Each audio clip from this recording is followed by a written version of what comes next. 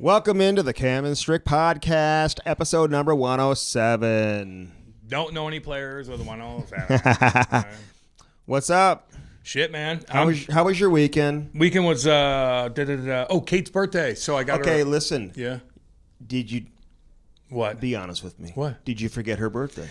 I thought it was Sunday, but it was Saturday, so I fucked that up. I'm a fucking idiot. Well, you are, because you know what she said to me? What? She goes, Cam kept saying to me that... She said it to you? She was like, is it Sunday? Kept thinking it was Sunday, and she was like, no. And then she said that you saw the notification on Facebook. Yeah. So that's how you knew when her birthday was. Yeah, that's how it is. Dude, you know you can't mess that up, I'm going to right? hell, okay? Well, you know that's I'm going to hell. That's a game changer. I fucked up. Sorry, but you didn't. No. I got her golf clubs. Did you draw her a picture? Or? No, you can't draw her a fucking picture every time. Okay, I'm not a child. I do it like once every 3 months. That's it.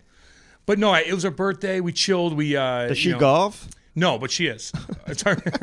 Dude, you bought your wife golf clubs, and she doesn't even golf. We bought a castle on a fucking golf course. She's gonna golf. That's how it goes. She has to start golfing. That's how it goes. You know, she looks like she'd be a good golfer. Oh, she's gonna look like a sexy golfer. Is she athletic? Very much so. She ran track. That's where I used to try to wheel her at track, because I used to run track 4x1, 4x2, whatever. Mm-hmm. Very fast. She's older than you. She's older, a year older, so she would be in front of me when we're doing the 100-yard dashes, right? Oh, you ran the 100-yard dash? Yeah, 100-yard, yeah. How'd you do in that? Killed everybody. Well, no, you didn't.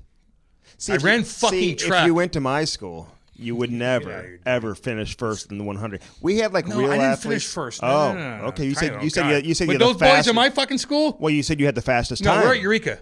We got all kinds of kids coming in. We ship from the city. We come from fucking Pacific. The best of the best. We're the best athletes in Eureka. Because if you're just racing against kids from Franklin County, are you out of your fuck mind? Come on now. No, you're racing against the best athletes going on. Making sure. 5 fucking A school. I know. Go fuck making yourself. Sure. So I fucking killed guys, and it is what it is. But Kate would be in front of me in some of these track meets. And I'm in high school, and she didn't care about me at the time because I didn't know who I was. I didn't know what the fuck I was. Like, I was confident, but I wasn't.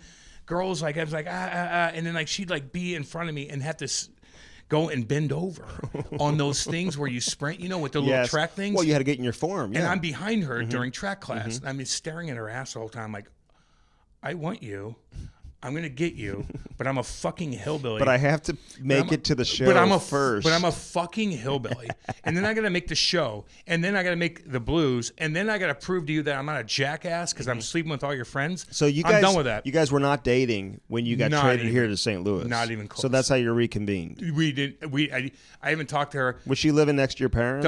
Hell no. She's in a wealthier part of Wildwood. I was in a poor part. But the point is, I remember at that draft night I had when I was 18, we were in Toronto. I get drafted. Oh, yeah. You came home. I came home. So my parents stayed in Detroit because they couldn't get a flight. So I told my age, I go, give me the fuck home. My buddies are waiting. Let's go. I got devil shit. Private plane. Not even close. Southwest. I get home. My parents are fucking in Detroit, and I have everybody in my house. And when you're in high school at 18, when you get drafted, like, you could say something to somebody, and 100 people at your house. Not even when you. It doesn't matter if you get drafted or not. It doesn't even matter. Word travels quickly. Dude. Fuck, your parents are gone. You're fucking cool. Oh yeah. So that night I had everybody over, and we're swimming in my little dinky above ground pool. By the way, you had a pool. A shitty tiny. Are 8 you by a 8. cake eater? Okay. Did you have a pool? Hey, Dick. It was my parents' pool, and it was an above-ground shit-fuck pool that they still have it? No, we tore it up that night. What do you think of above-ground pools versus they're in-ground? Shitty. Well, they're shitty as fuck. Are they? And you're not wealthy if you have an above-ground pool. That's just the bottom line. I'm sorry. My parents had a fucking tiny above-ground pool, and so we're all swimming. This guy's got a pool. He's going on ski vacations to Breckenridge. I don't know if I'm getting my the real parents story took a fucking loan out on Okay. that goddamn thing. Are you out of your fuck mind? And I went down double black diamonds that weekend, by the way, at the age of 11. Almost broke my neck. But the point is, I'm at the house, and then Kate comes over. And I was so cocky at that point because I was just trying to prove to everybody who you were, because you can't do that. Like, no one knows. I'm a hockey guy. They're like, what the fuck does that mean, right? So I finally come home. I got all this draft stuff going on, and I sit next to What are you wearing, your Devils jersey? Oh, something stupid. What year were you drafting? 02. So it had the 02 in the back? Oh, fucking A. So got it, baby. So I have everybody, and Kate and her 2 hot friends are sitting at my shitty fuck kitchen table with one of the things that are wobbling. One of the legs are wobbling.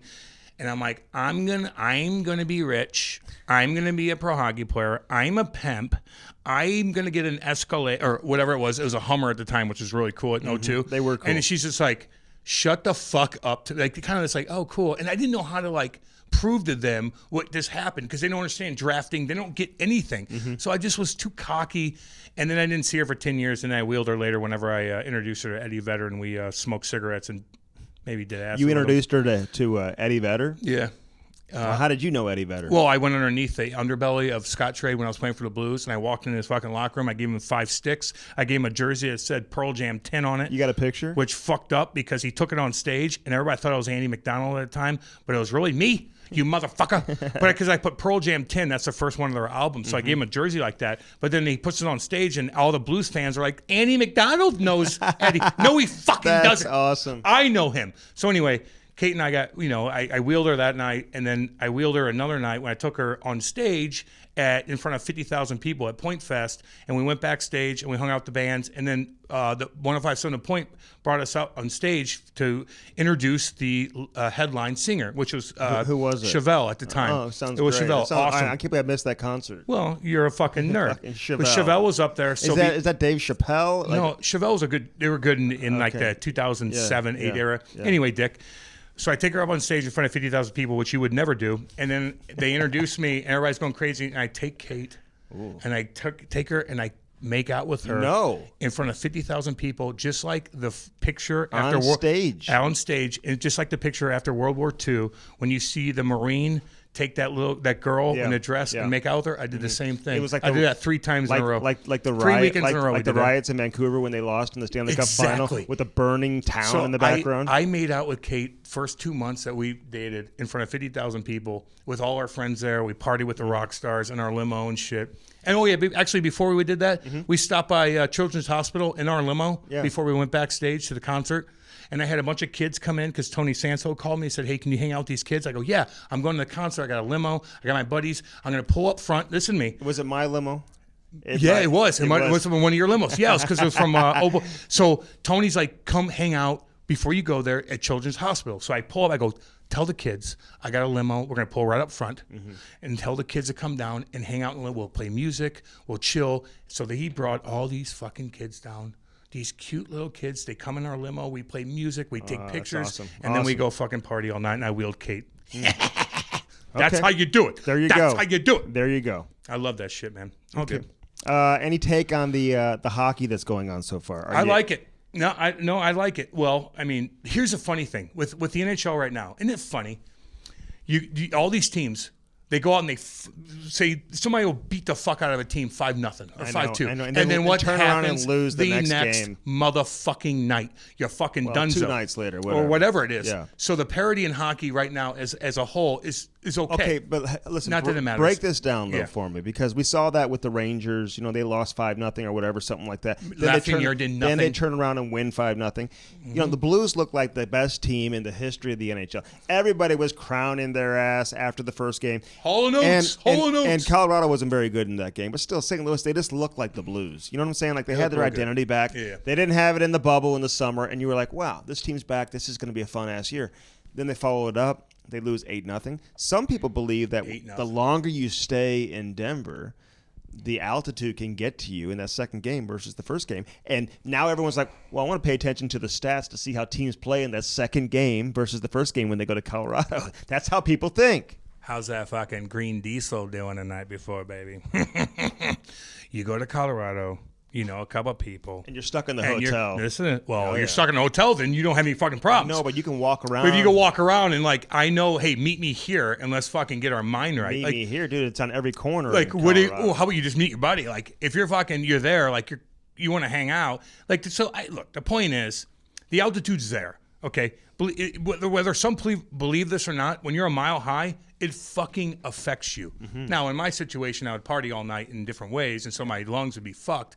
But I don't think the guys are really doing that. But that could be the case. But if that's not the case, who gives a shit? If you're in Colorado, it's tough. It's absolutely tough. but everybody deals with it. So just fucking figure it out, man. I remember getting bagged there. Doesn't mean you're going to lose 8-0. No, 8-0. Oh, the altitude, guys. Oh, okay, you're good then. 8-0, you're good. I want to say that was an admiration. It is what it is. Hey, how about no one doing anything, by the way, at the end of that game? Well, I mean, are you surprised in today's game? I mean, like, what do you expect, honestly? I don't know. Like, Bortuzzo's maybe the one guy who maybe could start do something. Cliffy could too, for sure. But Bortuzzo got, he played like, 2-3 shifts, right? So my point is, so he wasn't in the game late. Here's the deal, guys. I'm not your 24/7 tough guy anymore. You guys, if you listen, you know by now. I like the game. You don't need buckets off shit. You're not living in the. I'm not living in the past. Yesteryear. Actually, I kind of like this. On a selfish note, can I say something? For a guy like me, for a guy like all these old school tough guys that were the later years, and all of a sudden it stopped. Now we get more attention from our hardcore fights because it's never happening anymore. Yeah. So on a selfish note, I don't mind there's no fighting because everybody reverts back to us and talks about it. But there's a whole generation of hockey fans that are growing up without fighting. It's weird. You know what I mean? Yeah. I mean, a lot of the people that are still into it and that you say are reacting and paying attention to a lot of the old school fights, man, because they grew up with it. They miss it. Well, what about... but now people are growing up without it. They don't know any different. Well, what They're about like, the 80s? That's so barbaric. Well, oh, yeah, no doubt about it. Well, you know what I'm saying? Well, okay, so when we talked to Phil today, like, it's like you're in the 70s, you could cross-check a guy in the fucking face and slash him before you fight, like in the face. Like, it's like, oh, okay. Like, it's so psychotic. And then that changed. And then something else. They would sharpen the tips of their blades. Whack you in the nutsack. And, like, stab you and like you're in a nutsack, and so you can't have kids for the rest of your life. And we're complaining about maybe an elbow to the head at some. So it's shit's changed, and probably for the good. And don't get me wrong, but now it's just like the fighting's not there. But there's no tough guys to fight anyway. So if there's a bunch of fights anyway right now, Andy, they all fucking suck. So it's like, don't even do it. How about you just hit guys? And if it's emotional enough to where you have to fucking throw a couple bombs on each other and fall down, fucking A, that's emotion. But the guys sitting back like I used to do at the face-off and fucking spin my bucket and fucking go toe-to-toe, like that shit's gone. Oh, it's gone. 2-minute fight's gone. Toe-to-toe fight's gone. People would say forever that eventually it's going to be gone. Yeah, it will. Have we reached that point where it's gone? It doesn't even matter now because the fights aren't even. They don't do anything. The only thing that fights. And now kids, even like when you're growing up now, Cam, and you're coming up in junior or whatever when you can't fight. Not when you're young because you can't fight, but in junior where it's allowed. It's so discouraged now because the way they hand out penalties and the way potential ejections and how it can impact your team and whatever, and how they construct their rosters. Can I say something? It's like it is basically gone. It's gone. Here's the deal. 10 years ago, I had a plan to do hockey fight training with fucking hockey camps and stuff. And I have my mixed martial arts guys, the baddest dudes in St. Louis. I know all the fucking killers, man. And they're all cool as shit. And I was going to have everybody come in and kids and camp. And now I'm like, no, that's gone. No, that's not going to happen. Gone. That is gone. Maybe for UFC. No, it's all hockey fight training. I know what and you're just like I did with Bolig, Brandon Bolig and Patty Maroon and fucking Travis Turnbull and everybody, fucking anybody in St. Louis came with me and we did these fucking mixed martial arts shit and it worked. But now I'm like, I'm going to have camps and stuff. This is like 10 years ago. All you have to do is look at a guy like Craig Berube, how he played the game and how he coaches the game. Like he's not, he understands where the game is at. Totally. And he talks like you do, Cam, from the standpoint. I've talked to Chief about this at length. He doesn't miss the fight. He doesn't care about the fighting. I don't either. You know what I mean? Like the game is so different. He's got to try to win. And he knows if he's going to win, he's going to do it with O'Reilly and Perron and Shen and those guys. Now, hits are still when available. Doug Armstrong went and talked to his team and said, hey, what do we need? They said, hey, we could use a little toughness on the back end. Yeah. On the back end of our roster. And that's why they go out and get Clifford. He wasn't planning on going to get Clifford, but he listened to his players. That's who they wanted. They want, and not just him specifically. They wanted a guy who could bring that element. Or like a Patty element. So I think players still appreciate that when it's on your team. But I think it's harder to make a team and to have a regular role when you play that way. Andy, if Clifford couldn't handle the puck, he's not on a team. Like he's a fucking two-time Stanley Cup winner. That's the reason why they got him. If he fights one time, then fine. But he's in there and he knows he's there and he's got no teeth. But the presence, man. The presence still there, and that's still effective. And hits you can are still intimidate young players. I told Trent Frederick this, young kid, St. Louis kid. Boston. He plays in Boston. He's in the lineup the first 2 games. I said this to him. And he can throw him, too. He can throw him, and he can hit, and he's a good player, and he's a big kid. And he's smart with the puck, and he's just fucking good player. But they fuck with you for a young kid. He doesn't know how he can play. He's trying to survive and just find a way in the NHL. Fucking be mean. Take the puck to the net and then stand there. Stand there and be like, what? What are you going to do? What? The fuck out of here. And then when you hit a guy, just fucking be a bully. Not off the ice, because no. On the ice, be somewhat of a bully. Yeah. Not don't whack because you're gonna get penalties. We fight the ugly off the ice. But on the ice, fuck that. Hey, there's still room for that. Fucking get guys back. What are you gonna do? And then chirp, and then be like, what are you gonna do? Right. Don't punch a guy. Don't do stupid shit. Don't but catch you can guys. still chirp and Be whatever. like, what are you gonna do, motherfucker? Milan Lucic still stares people down, man. And so did Tom Wilson. I watched Tom Wilson the other day. Through his intimidation, he takes. He finds a way to use that on the ice, exactly. Whether it's on the forecheck or whatever. Guys know he's coming. All of a sudden, they get the shaky knees. Now they turn pucks over, and it results in a scoring chance or a goal, like it did the other night. Just like the other night, he tried to hit the guy, and the guy's like, "I'm bailing. Oh, take the puck, take the puck, Tommy." And he's on the top line. And Tom's like, "Fucking A, I'll give it to fucking Ovi. Kuznetsov to give the Ovi or whatever the fuck." So it's like, no, it's still there. Yeah. If you're big and intimidating, because hitting is still around. But I think it's up to, and it's paramount on coaches and general managers who are putting these rosters together to let players who have that ability, let them know it's okay to play that way. Encourage them to play it that way. Exactly. Andy, you're exactly right.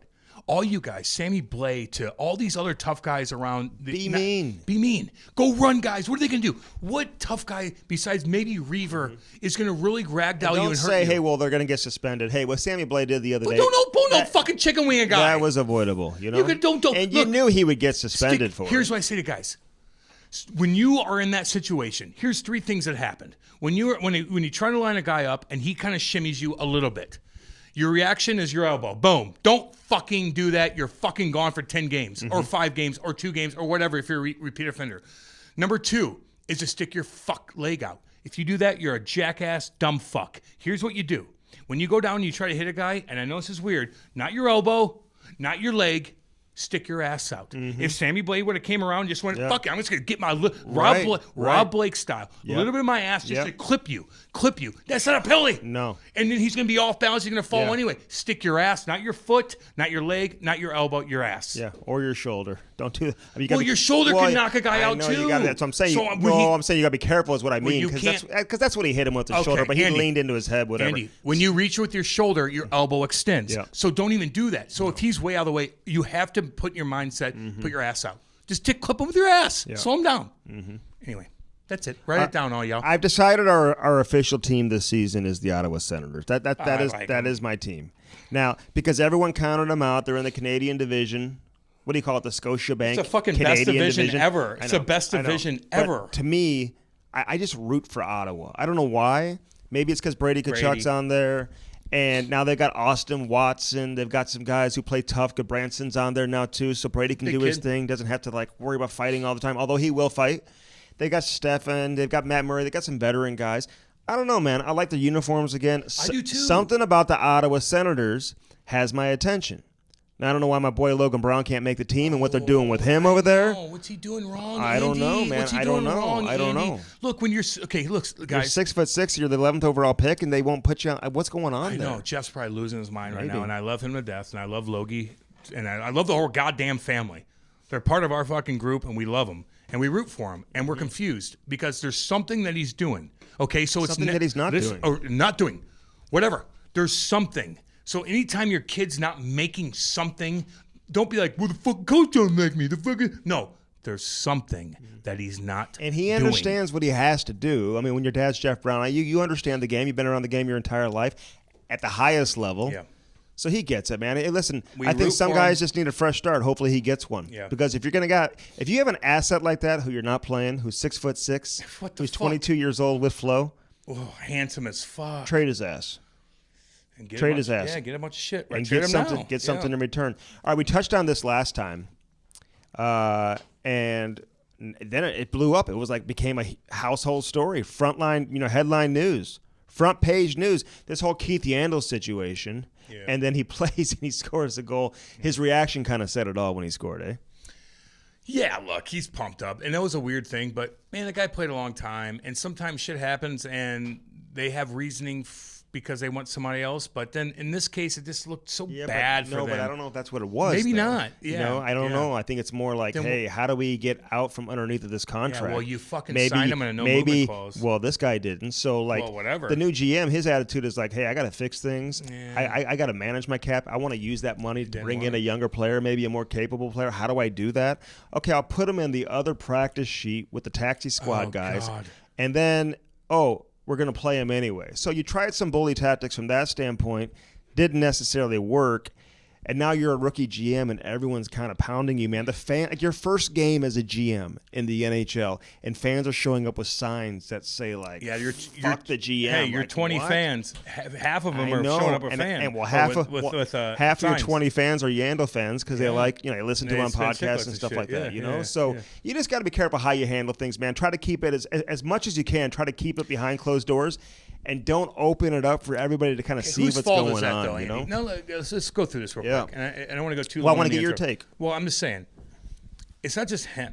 Okay, they have meetings every fucking day. You know exactly how this goes. So ownership, down to fucking him, down to fucking Joel, down to fucking everybody. All the big dicks are in one fuck room, and they're like, okay, Yandle, there's something we need to find something. So that collectively as a group, they did that. Okay? Oh yeah. So it's not just one guy. No, it's not one guy's like fucking Joel, do this. But I will say this: you just don't know either. Like what was going on behind the scenes. Maybe Joel was saying, "Listen, man, I'm playing this guy." You know, you're right. And maybe I need him out there to quarterback my power play. But at the very end, though, Joel didn't do enough to say no to whoever it was in the bigger picture and say, no, we're not going to do that. So they did do it, and it was a clusterfuck. Yeah. And it actually worked out for the best for them because I think that they're going to collectively. But here's why it's going to work out. If you want to move him, play nice a little bit.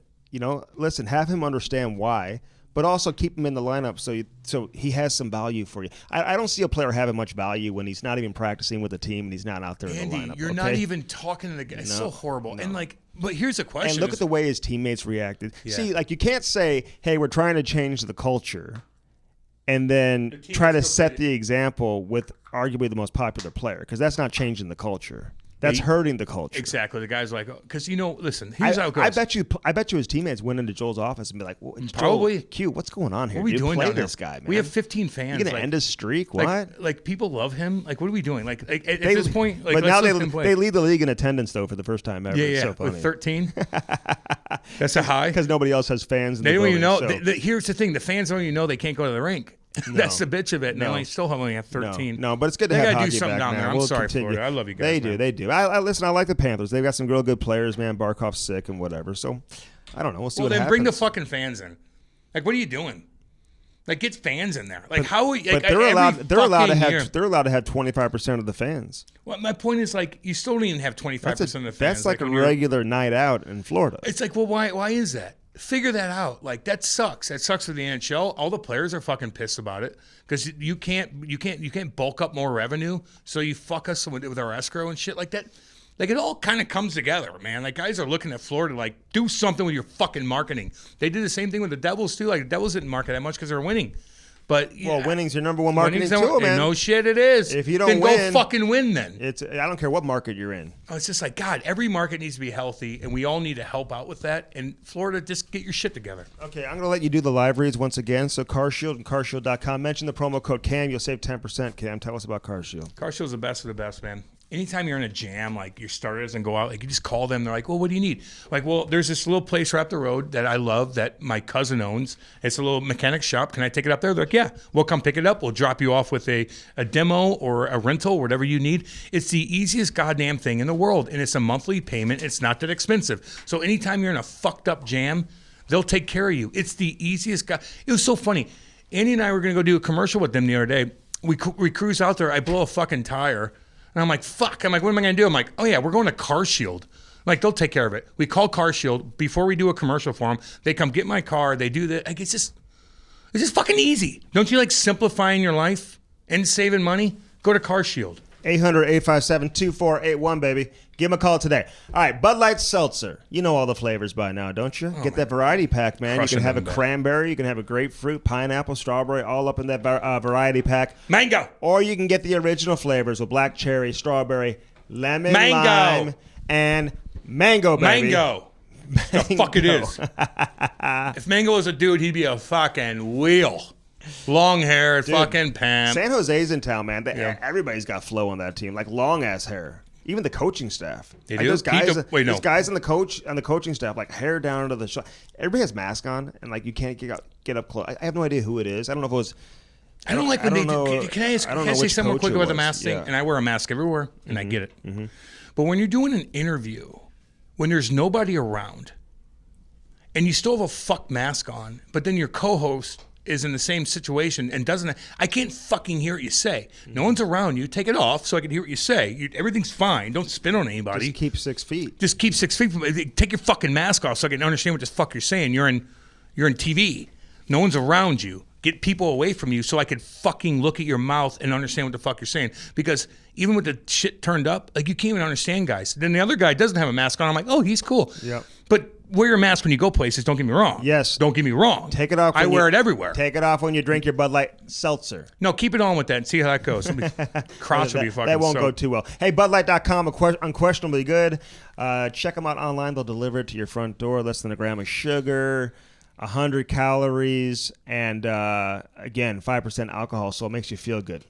You can drink a bunch of these, dude.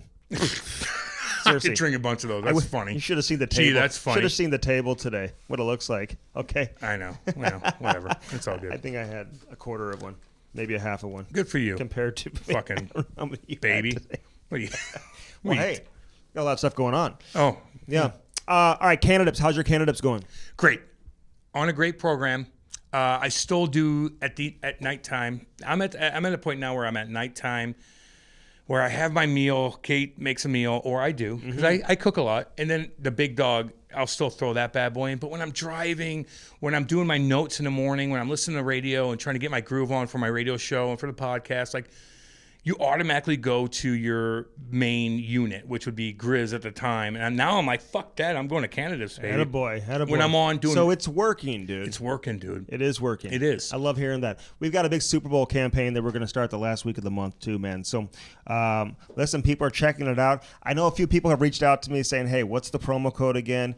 It's Cam and Strick, and it's not case sensitive, so don't worry about the capital letters and all that. Cam and Strick will save you now 20% site-wide. Dang boy. It was only on the California rolls before. Now it's site-wide because now you've checked out the California roll. Now you should be able to settle in on the flavor that you like the most. People are buying it, man. Oh, I know they are. Oh, yeah. I mean, I'm getting messages from like people out there who are like, hey, man, I'm hooking this up for my boyfriend or whatever. Yeah. You know, because I want my boyfriend to make out with me, and actually I enjoy it. And I get sexual. And again, man, the response from people has been incredible. So, again, people know what's up. Hey, regular chew fucking sucks, and it fucks you up, and you look like a fucking Hoosier. And if you want to get laid, you're probably not, unless you play fucking 15 years in the show or you got a ton of money. So just remember that. If you got a chew in your mouth and you're a pretty normal guy, you ain't getting laid that night. Ooh. Unless you get laid by another girl that has a fucking chew in her mouth. Put Canadips in, your breath smells fine, your lips don't get fucked up, and you don't look like a jackass. I know what else I can help you out with that. What?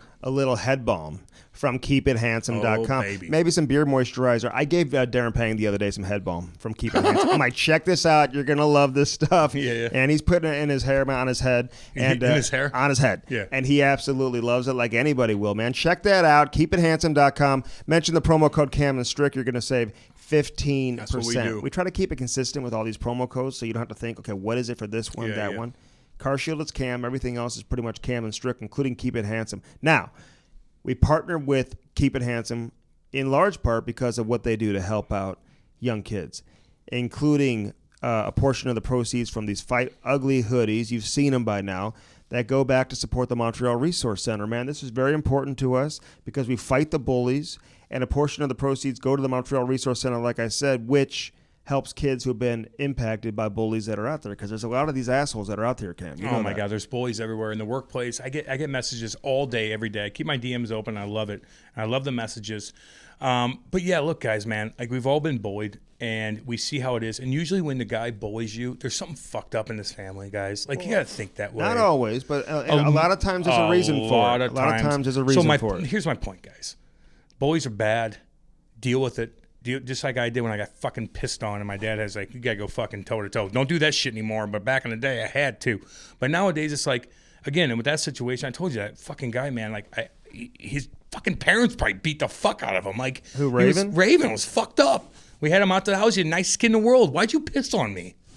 Why'd you piss on me? Now we're buddies. It's like he's like, I was fucked up. Like his family's fucked.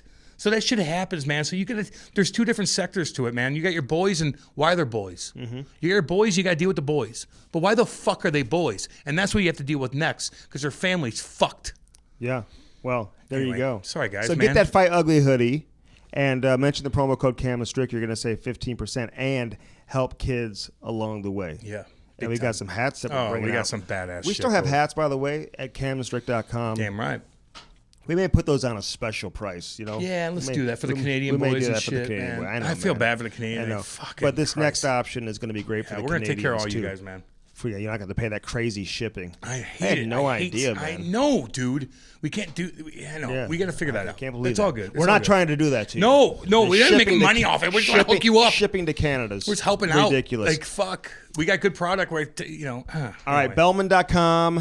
Yeah. What's the customer service you'll get at Bellman? Tell us. Well, the best of the best. Okay, your wife can go there and buy a car. I mean, that's all I got to say. I don't even have to say swinging dicks. I don't even have to say you a guy just did. coming You- out. you just did. Well, I'm just saying. I don't have to say that 3 guys are going to come out with their fucking dicks in their hands. Like, they're not going to. Look, that doesn't not happen at Bellman. That happens at a lot of other places. Kate can go buy a car. Like, you're comfortable there. They don't rip you off. Like, they take care of you. Check them out. They're in Troy. They're the best of the best. And you guys know exactly what I'm talking about, because a lot of you will be like, I'm not having my wife go buy a car because I don't right. trust these fucking swinging dicks. And if you have an old car sitting in the garage, you're like, what do I do with it? Guess what? They want to buy Yes, it. They'll dude. buy it from you today. So take it in there and to say, what's up, man? Cam and Strick sent me in here, man. They're going to treat you like royalty. And even if you don't say that, they're going to treat you like gold, man, because Damn that's right. the customer service you get out there in Troy, Missouri. Again, the Chrysler, the Dodge, the Jeep, the Ram on one side of the street. Cross the street if you don't find anything that you want, which you probably will, but then you can look at the Cadillac, the Buick, the GMC, Ooh, yeah. and check everything that Dan Bellman, the man, everything he has The man. to offer over there with Bellman and Bellman.com. Don't forget the second N, BEHLMANN.com. We love Bellman. And so check that out. Get the new ride in time for the spring. That'll be here before you know it, man. Start yeah. looking for that nice ride, what you're looking for. We do have a new sponsor we're going to talk about. We just did something over the course of the weekend. We had some fun. We got the girls involved a little bit. Here's the deal. If you're Our girls. Our girls. Yeah, okay. Yes. I'm just Yes. making sure. And it was Kate's birthday. You almost forgot about her birthday, which would have been catastrophic. It would have been horrible. terrible. I'm among the fucking worst idiot. things you could have ever done. I got confused. Yeah, because like I talked to you the night before. You didn't even say it was her thought it was birthday the Sunday. next day. I know you thought it was Sunday, Don't tell her but that. it was Saturday. No, she knew. She kinda told me knew. that. Okay. She did? Yeah. Fuck. Yeah, no, she knew that. Well, she didn't get that, man. She knew that. Hey, check out Dry Black Tie. It's a newest subscription for car ownership, or if you're looking to just have a car for a day, maybe a week, could be a month, and you say, hey, there's a ride that I want to get into, but I probably can't afford it. But hey, you know what? You go to the app, select it. You can have it for a couple days. You want to impress that girl on a date. Maybe prom is coming up for the young kids that are listening, because some of the young kids do. You want to take your girl out there in style, then go hook up a Porsche or a Mercedes for the night, and you can do that. Dry Black Tie, and get whatever car you want, whenever you want it, through this new subscription-based program called Dry Black Tie, which is finding its way across the entire country. Yes, dude. It's unbelievable. What are you driving right now? A little Maserati? I got a little Maserati, And he man. looks like the fanciest of all fancy fuck lads. He's like, Dude, it is so you're fast. so fucking Ty fancy. absolutely loves going inside of it. They by let the you way. in the wealthy part of Ladue now, don't they? Well, they're with like, that? that's where I belong now. They're like, well, your house must be here, and you're like, no, I'm in the poor People part. send in the comments too that they let that in the they poor know. part of the do. Oh, they know. And he's trying to get in the wealthy part of Ladue. Car first, not house first. I don't get to keep it though. I don't get to keep it. Well, you can keep it for a while. For a little bit. for a little while bit, if for you a want bit. it. But yeah. you got the Range Rover too, man. Yeah. Listen, the car selection's incredible. This is like, and if you're looking to buy a car, listen, we send you to Bellman. I get it. Yeah. Okay. Like you want to go. You Fucking right. You want the best customer looking to buy. But if you're looking for something cool, man, that you want to get into over the course of the next little while, Or a weekend or something. A weekend, whatever it is, dude, you Dry Black Tie. Colton Pareco's behind it, man. I Yeah. see him doing a lot of stuff with Get a Raptor and go up to fucking get a Raptor, order a Raptor, put a little trailer on the back of that thing, go up to the Grand Tetons with your right. wife, get your mind right, and fucking look at the stars. Dude, Get the fuck out of here. you're That's the looking best. Bring a gun though, in case a bear looking comes. for. Well, yeah. Don't kill it though, unless it's gonna kill you, because Well, you'll go to fucking jail. Or you get your credit card out, you try to pay it That's off. what I was gonna say.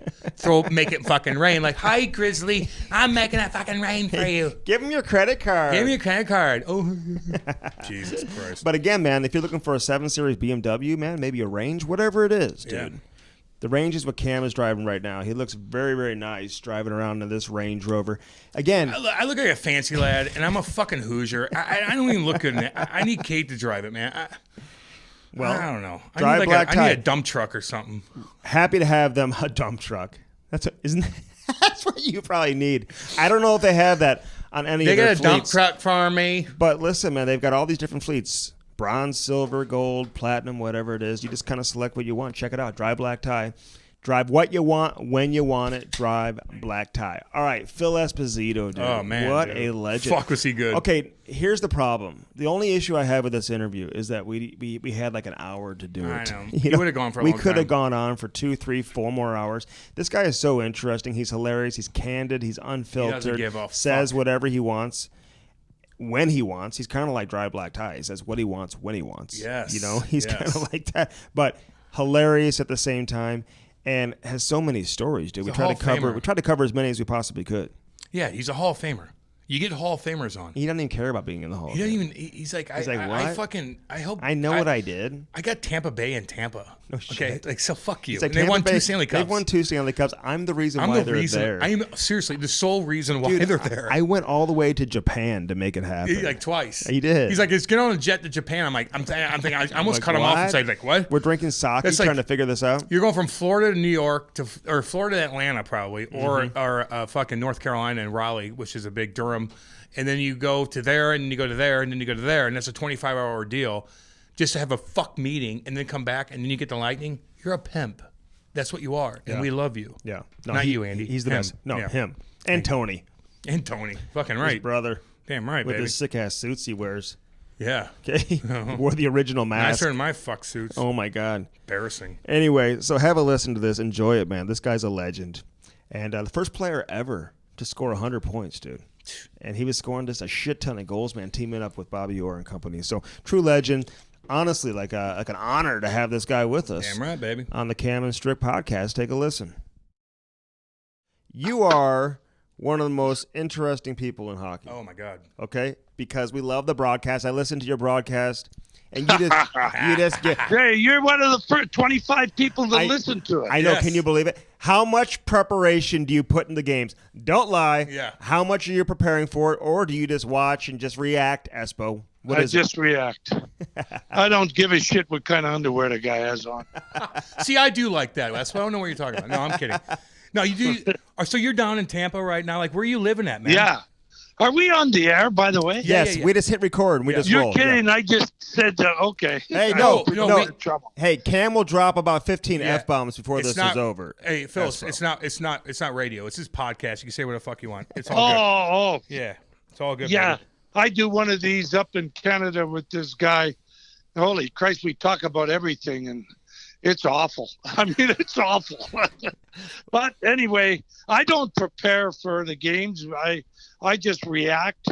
And the way things are now, with commercials and everything else, you don't have a lot of time to interject certain things. So you just got to react. And if you're not on pace with your partner, you know, the guy that's doing the play-by-play, it's kind of difficult. Now, he's got to do that. What I do is I watch warm-up, and I watch the other team, and I look at their numbers. I look at the names, and names I can't pronounce.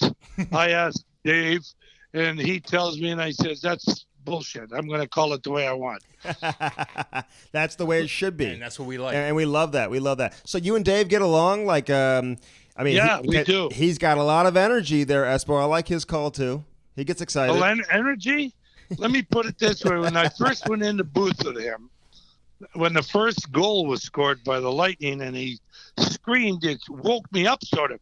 And I said to him after, I said, I'm going to get an alarm clock made with you yelling he scores. Well, what Wake me up in the goddamn morning.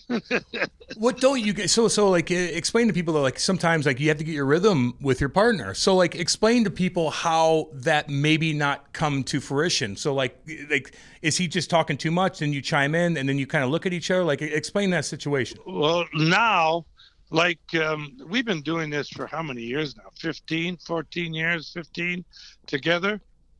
Maybe 16, and I now I put my hand, like I put my right hand up because he's on my right, and like that, which means I got to say something.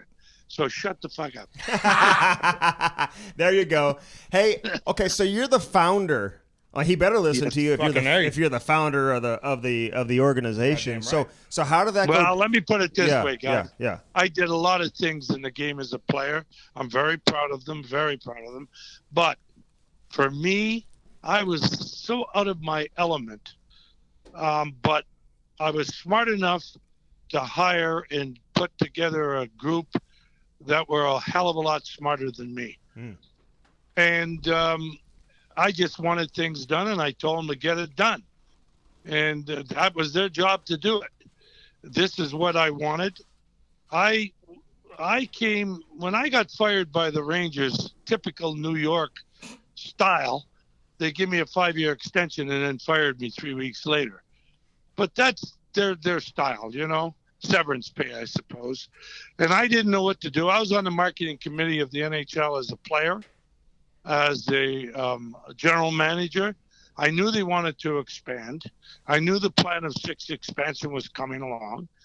And I called John Ziegler after I got fired about 3 months later, because I sat in my basement and ate popcorn and watched hockey. And I had a regular popcorn machine like you have in the movie theater. Oh yeah, I love popcorn. Are you putting butter on that popcorn, Espo? Actually, I don't.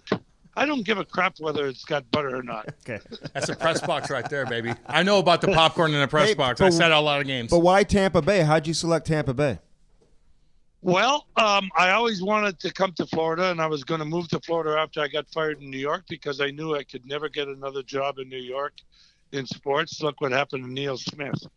Wins the Stanley Cup in '94, can never get another job again. And that's just the way New York is, especially the city and the Ranger part. The Islanders are different, so are the Devils a little bit, but the Rangers were corporate owned at that time by Paramount. Ooh. And I knew I'd never get another job in sports making the kind of money that I needed to live on to keep my style.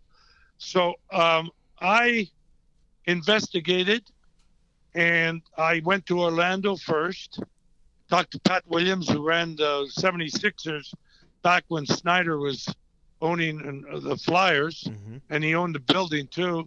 And Williams said, "I'm not letting hockey in this building. No chance." I said, okay.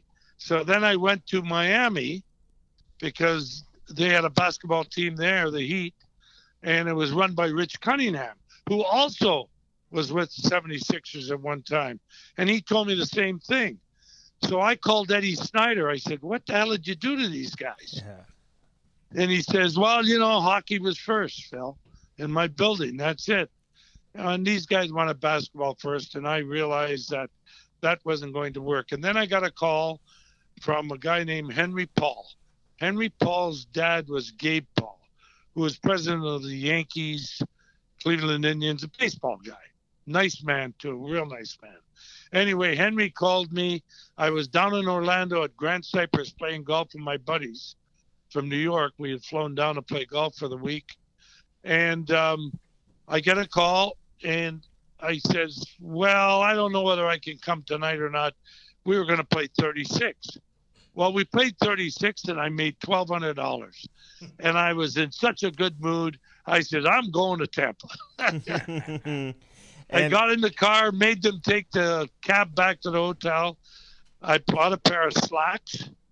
I bought a golf shirt, and I took a shower there, and went commando, and drove down to Tampa to a place called Malios, which I met these Henriette and 3 or 4 other guys, including a guy named Tom McEwen, who was the editor of the sports for the Tampa Tribune, and a very nice man and a guy that helped tremendously. And at the end of the night, after about 2 hours of talking to these people, I looked at Henry and I says, "Could hockey survive in this area?" And he looked at me because it was the 12th largest television market in the country. And I did my research. And he says, "Well, Phil, so all I can tell you is we love football.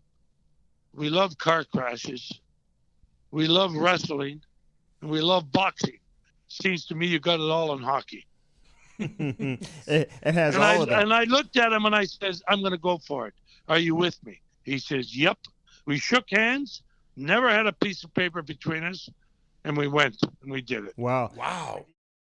The Cam and Strick podcast is brought to you by CarShield. You know, nothing more frustrating, Cam, than when that engine light comes on and you know right off the bat you're going to have to spend thousands of dollars to repair your vehicle. Call 800-857-2481. Mention the promo code CAM or visit carshield.com and use the code CAM to save 10%. Yeah. That's carshield.com. A deductible may apply. Save yourself money. Sign up and get your coverage now with carshield.com. Now back to the interview. Wow. I mean, did you ever do it? I mean, you guys have won now 2 Stanley Cups. Yeah. But, okay, so you raised all this money. Wow, you raised like $55 million? Well, we went to Japan. First, I had the Pritzkers. They backed out of me in August when I was in Sweden with an old-timers team I took over there. You know, like Marcel Dion and Larry Robinson and Dennis Potvin and a bunch of guys, Bobby Nystrom, a lot of Islanders. And we went over there.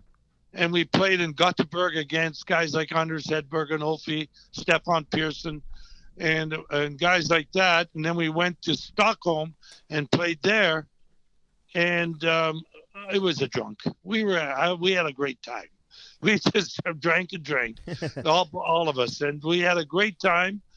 And I got a call at it was 3:00 in the morning Sweden time in Stockholm, telling me that the Pritzkers wanted to change the deal or they're going to back out. I said, I'll be home in 2 days. Can't they wait and we can sit and talk about it? They said, no. Me, it's 3:00 in the morning over there. I said, you know what? If they can't wait, screw them. Never thinking that they would buzz off. And they did. They backed out. So then we ended up meeting this lawyer in a Japanese steakhouse on 55th Street, just off of 5th Avenue, and sat with him till 3 or 4 in the morning, drinking sake and talking. And he said, would you like to come over? Would you go over to Japan? He represented about 5 or 6 companies over there, including Nippon, and which was, huge, and some of these other guys. Kokusai Green was another one. Kokusai Green owned all the healthcare in Japan. So they were pretty big. And he called us 5 days later and says, can you get here, take a plane tomorrow? I said, we're in.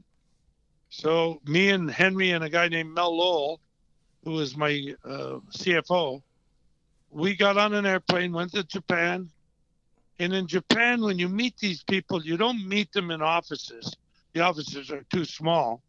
We met them at the mezzanine level of the Imperial Hotel. And I got to tell you the truth, guys. Every time I said the word hockey, they ordered me a bottle of sake. Hot sake, baby. Love it. Yeah. Hey, did they know who you were? Did they know you were like, a legendary hockey player? They know all that about you? Yeah, they knew who I was. They knew who I was. They had hockey in Japan, of which I went back there the following year and did a hockey school. Oh, wow. And a couple of years in a row, actually, for the kids. And they said at the beginning they couldn't understand about the money situation, but I had raised $23 million myself. So there was $32 million had to be put in, 50 for the franchise, $5 million operating capital. My first budget, Cam, you get a charge of this, was $5.8 million for everything in '92. What now for our listeners right now, like what's a typical budget? I mean, the salary cap is $81.5 million. So what's a typical budget now for an NHL team? Oh, well, don't forget the 5.8 was for everything. And in 2 years after Thornton signed, Joe Thornton signed with the Bruins, it went to $20 million. The game plan was to hold on to it for 8 years, 7 to 8 years, which they did. They sold it in 7. I tried to convince them to hold for 2 more years because I thought we could get about 180 to 200 million dollars for the franchise. We ended up getting 126 for it, and so they made their money back twofold or tenfold. But it was really ironic when that price went and the budget went from there to there. Well, all of a sudden they put a CFO in there. They didn't understand why we were paying the players so much money. I says, we don't set the market. The market's set by New York, Toronto, Montreal, Detroit, Boston. The original 6 teams really set the market. And that's why I think what they did with the salary cap was a great idea, or else teams in markets like this that had to build would have never made it. Yeah. Never made it. Well, you guys have overcome a lot, man. It's been have. crazy there in Tampa, and then to see where they're at right now. I mean, I know you guys won back in 2004, but even the era with Orrin Koulis, Len Barry, you had Barry Melrose come in for a little bit and as the head coach, like, how do you look at that era? Like, did that almost ruin the Tampa Bay Lightning? Brian Lawton was the GM at the time. Like, how do you look at that? The worst time was when Art Williams bought it. He bought it and he paid $126 million for it. He bought it from the guys in Detroit. This is after 20. No, he bought it. I forget who he bought it from. He maybe bought it from the Japanese. He probably did. And that's right. He did $126 million. Anyway, he owned it for 8 months. And he sold it on Valentine's Day because he promised his wife for $100 million. And let me tell you something. Here's the ego of this idiot. How he made his money, I'll never know. He got pardoned in '93 by Clinton for some insurance bullshit that he did. and I got to tell you, this guy was something, boy. Cam, you played. I'm sitting in my desk and I get a, what do you call those? They don't do them anymore. And they send you a thing on the computer. Well, the Raven sends a note back in the day? Like a telegram. A telegram. I forget what the hell. No. It's an email. A fax. A fax. No, it wasn't Raven, but he sent me this thing. Here's what it said. The gazelle gets up in the morning and he takes off. The lion gets up and starts chasing the gazelle. If the gazelle slows up, the lion gets him. Go, go, go. Yeah. Signed, Art. Okay. Hey, thank you, Art. We appreciate that. We don't know what the fuck that means, Art, but we appreciate that. Isn't that weird, though, Phil? Like, you've been doing business with a lot of people, and some of these multi sometimes billionaires. Like, do you ever just sit back and like, where the hell did you get your money? Like, how'd you do that? Isn't it crazy? Almost sometimes every time. Isn't that crazy? It is crazy, man. I got to tell you, he was so out of his field. See, he tried to buy the Bucks before the Glazers bought him. Mm-hmm. And the Glazers paid $192. He had offered $168 or something. And so he didn't get the Bucks, but that was his first choice. Then he's ended up buying the Lightning. And, boy, those were the worst 6 or 7 months that he owned the team ever. And then he fired me after the first game, after I got Vinny LeCavalier signed at 5 minutes to 12, or he was going to go back to junior at 12 o'clock, that deadline. Yeah. And I got him signed, and the next day they called us in the office. His lawyer did, not him, and told Tony and I we were fired, let go. And you can't be fired, Phil. Just so you know. I know. Like, no one should fire you ever. You can't fire Phil. No. You raised the money. You brought the team there. You're a lifer. So weird. But you get a charge out of this, you guys. I got fired. They told me I was fired at 11 o'clock in the morning that morning. And I forget what date it was. Maybe October the 2nd or something. 3rd, around there. And at 1 o'clock afternoon, I had a job with Fox Sports in Los Angeles. Just like that. There you how go. that works, That's a eh? quick You rebound. remember Glenn Adamo? Glenn Adamo? Cam doesn't, but No, I don't think I do. I don't know. I don't know if I remember Glenn Adamo. Well, he was in New Jersey a lot, so I thought. But anyway, so I, with Steve Tello, who's been my best friend for a lot of years now, he and I went out to Los Angeles. I took the morning flight at 7 o'clock in the morning, 7:20. Got there, worked Monday, Tuesday, Wednesday, and Thursday, and took the red eye back and spent Friday, Saturday, and Sunday at home. I did that for 2 years. Back in Tampa, right? Back in Tampa. I wasn't leaving Tampa for anything. No, you love Tampa, man. I don't blame you. You're an icon there. But quickly, before we move on, though, because there's been so many other eras, I asked you, Len Barry, Orrin Coolis, and these guys, when Barry Melrose was the coach, what were you doing then? Were you involved or no? Yeah, I was doing most of the broadcast then. And let me put it this way. Orrin Coolis was a good guy. Yeah. He really was. I agree with that. And he tried hard. He tried. He was a little bit too involved with the player decisions. Mm-hmm. He felt that he could be a general manager, and an owner shouldn't be doing that. He really shouldn't. And I think that was his downfall. But Len Barry, I never saw him, never met him, never nothing. And from what I'm told, he didn't put a penny in. Yeah, okay. Orrin's a good guy, man. I used to talk to Orrin all the time, and then Brian Lawton, obviously he was the GM at the time, and they kind of had first pick overall, they were American. paying attention to what was going on with the Blues a couple times when they were having some ownership turnover and stuff like that.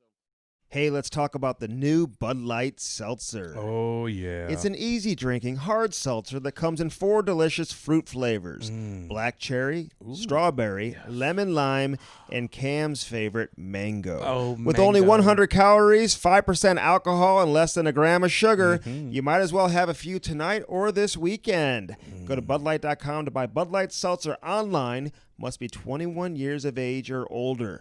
Bud Light Seltzer. Unquestionably good. Yeah. Now, back to the interview.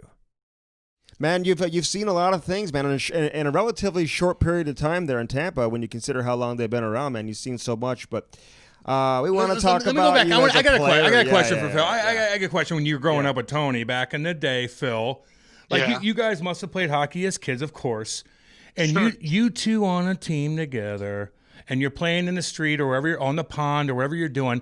Do your buddies at that age say, fuck you, Phil, you and Tony are not on the same team. You must have never lost a game on the pond. Explain your childhood. Well, we went on the open rinks at our public school where they made the rinks for us and played until we just played shinny. There was no goalies. Tony was a forward. Now in street hockey, I was the goalie. As long as it was a ball. If it was a puck, screw you. I'm not going in that. Hell no. Hell no. But the thing was that, every Christmas we would get hockey stuff. Pair of gloves, maybe new skates, maybe couple of sticks. But that's all we ever did. I remember when I was a tyke, maybe 4, 5, 6 years old, I can remember this vividly. My dad in the backyard at 2 or 3 in the morning, flooding the yard. Yeah. So Tony and I go and skate.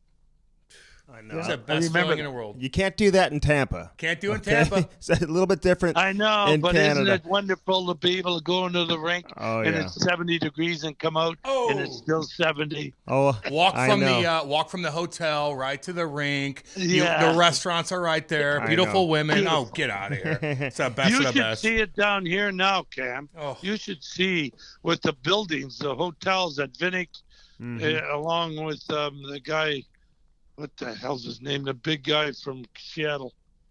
Gates. Oh, yeah. Gates is involved with it. Bill Gates. And they're building hotels, condominiums, apartment buildings, hospitals. It's a $3.2 billion project. Well, people want to live Right there. downtown around the rink. Well, They want to live there. And they should. It's an awesome place to because live. the weather's beautiful. Yeah, and shit. listen, the fan base there, going to a Cheap. game in Tampa is a great experience, man. I mean, for people who don't know, who haven't been there, they don't realize how good of a hockey town it's become. It's a great place to watch a game. So, but when you get to Chicago though, and you're playing in Chicago, you're playing with Bobby Hull. What was your relationship with Bobby Hull like? The best. He taught me more about life and about hockey than any other human being. Tell you the truth. I roomed with him on the road, and I learned an awful lot about hockey.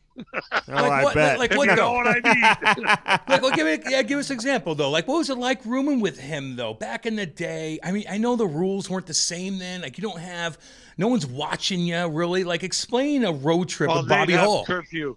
He'd have curfew at 11:30, Billy Ray, but that never stopped us from going out after. And Bobby. Being with Bobby, he saved me a couple of times. I used to imitate Billy Ray in the dressing room when he'd walk in, rolling up his sleeves, Vaseline, the little fedora, and he caught me one time. And I'm telling you, I thought I was dead in the water. Because you're young back then too, right? Oh, I was like 22, 23, 21, 22. And Bobby went to Bill and said, listen, we made the kid do this because it's like initiation and all that. Oh, yeah. And Billy said, okay, no problem. And then he saved me one time in Montreal. Bobby and I missed a flight. Really? Yeah. Phil, that's a big deal, Phil. That's a big deal. That is a big deal. That's a big deal. And Bobby got me out of that one, too. But it was just Bobby's way. Mm-hmm. I watched him sign autographs after games outside of Maple Leaf Gardens or Montreal Forum in the cold, just signing. And he told me, if you've got to sign an autograph, sign it so they can understand it. Nowadays, you haven't got a clue what their signature is. You ever see them? Oh, yeah. No, I know what you're talking about with that. Even Are like you like that too, Cam? No, they know exactly what my name is because I print it. Okay, good. Listen, Cam doesn't know cursive. He doesn't know cursive. So he does it. That's right. He's one of those young guys. So he has to print it. But real quick, though, because you moved down to Boston and played with some legendary players there, but did anybody ever own a room quite like Bobby Hull, though? Like when you're playing and you're out, like who had just the presence? Like, did anybody have more presence than he did just in terms of star power? No, because Bobby was gregarious. He was outgoing. He talked to the press. Bobby Orr, on the other hand, wasn't. He had his equipment off and his everything, and he was in the medical room after a game before I even got my skates off. You know, so he didn't talk very much to the press, and he was more like into himself, like, I don't want to talk to the press, and I'll leave that up to you guys. And if you think about it, Bobby wasn't an assistant captain. It was me, Dallas, and the first Greenie, Teddy Green, and Johnny Busick. And then it was Dallas Smith after Greenie got hurt. And but Bobby was always, like, I used to go to him and say, Robert, I got to say something to so-and-so. What do you think? He says, you do it, because if I do it, I'm liable to punch him. Oh, how about that? Yeah. He was so, he hated, and I mean, hated to lose. Nobody wants to lose. No. And if we lost a game, I would sit there and reflect on what I did and how bad I was. But Bobby would go, because Bobby was never bad. He wasn't. He was always great with one leg. Yeah. Never bad, Phil. Like, never a night where, just like, give an example. Like the other night, like the Blues lost 8-0. Like, shit happens some nights. Like with Bobby, there was never one night where you looked at Bobby like, holy shit, you're off your game. Yes. One game. We were up 5-2 going into the third period against the New York Islanders expansion. And we lost 6-5 in the third period. And there wasn't one guy on our team who was good, including Bobby Orr. Wow. So it happened one time. The one it game. happened one time. All right, so you get That I traded. can remember. Yeah. Yeah, exactly. You get traded from Chicago to Boston. Yeah, you obviously have no idea if it was going to work out the way that it did. But as a young kid, to get traded, were you upset? I mean, how bad did that hurt, Phil? Absolutely. I was absolutely. It was going from a first place team where we went to the finals and lost to Montreal, the Stanley Cup in 7 games, to a team that was dead last. And I had bonuses. We didn't make a lot of money in those days. And Milt Schmidt was the manager of the Bruins, calls me. I was at my brother's graduation at Michigan Tech. And he says, I'm willing to offer you $10,000. And I says, because I was making 8 in Chicago. And I said, yeah, but what about the playoff bonus? And the Bruins, it was $3,300, I think we each got for the playoffs going to the finals. So that was like $11,000 for me. And I said to Milt, I want $11,000 plus bonuses.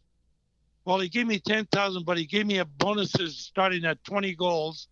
And when we got to 45, he said, I think that's enough. I said, no, put 50 on there too for another 10,000.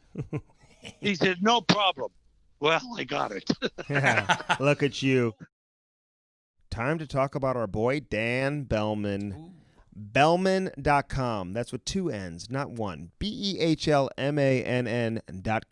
Hey, check out the new inventory. Check out the pre-owned vehicles. You looking for a Chrysler, a Dodge, a Jeep, a Ram? How about a Cadillac or a Buick GMC?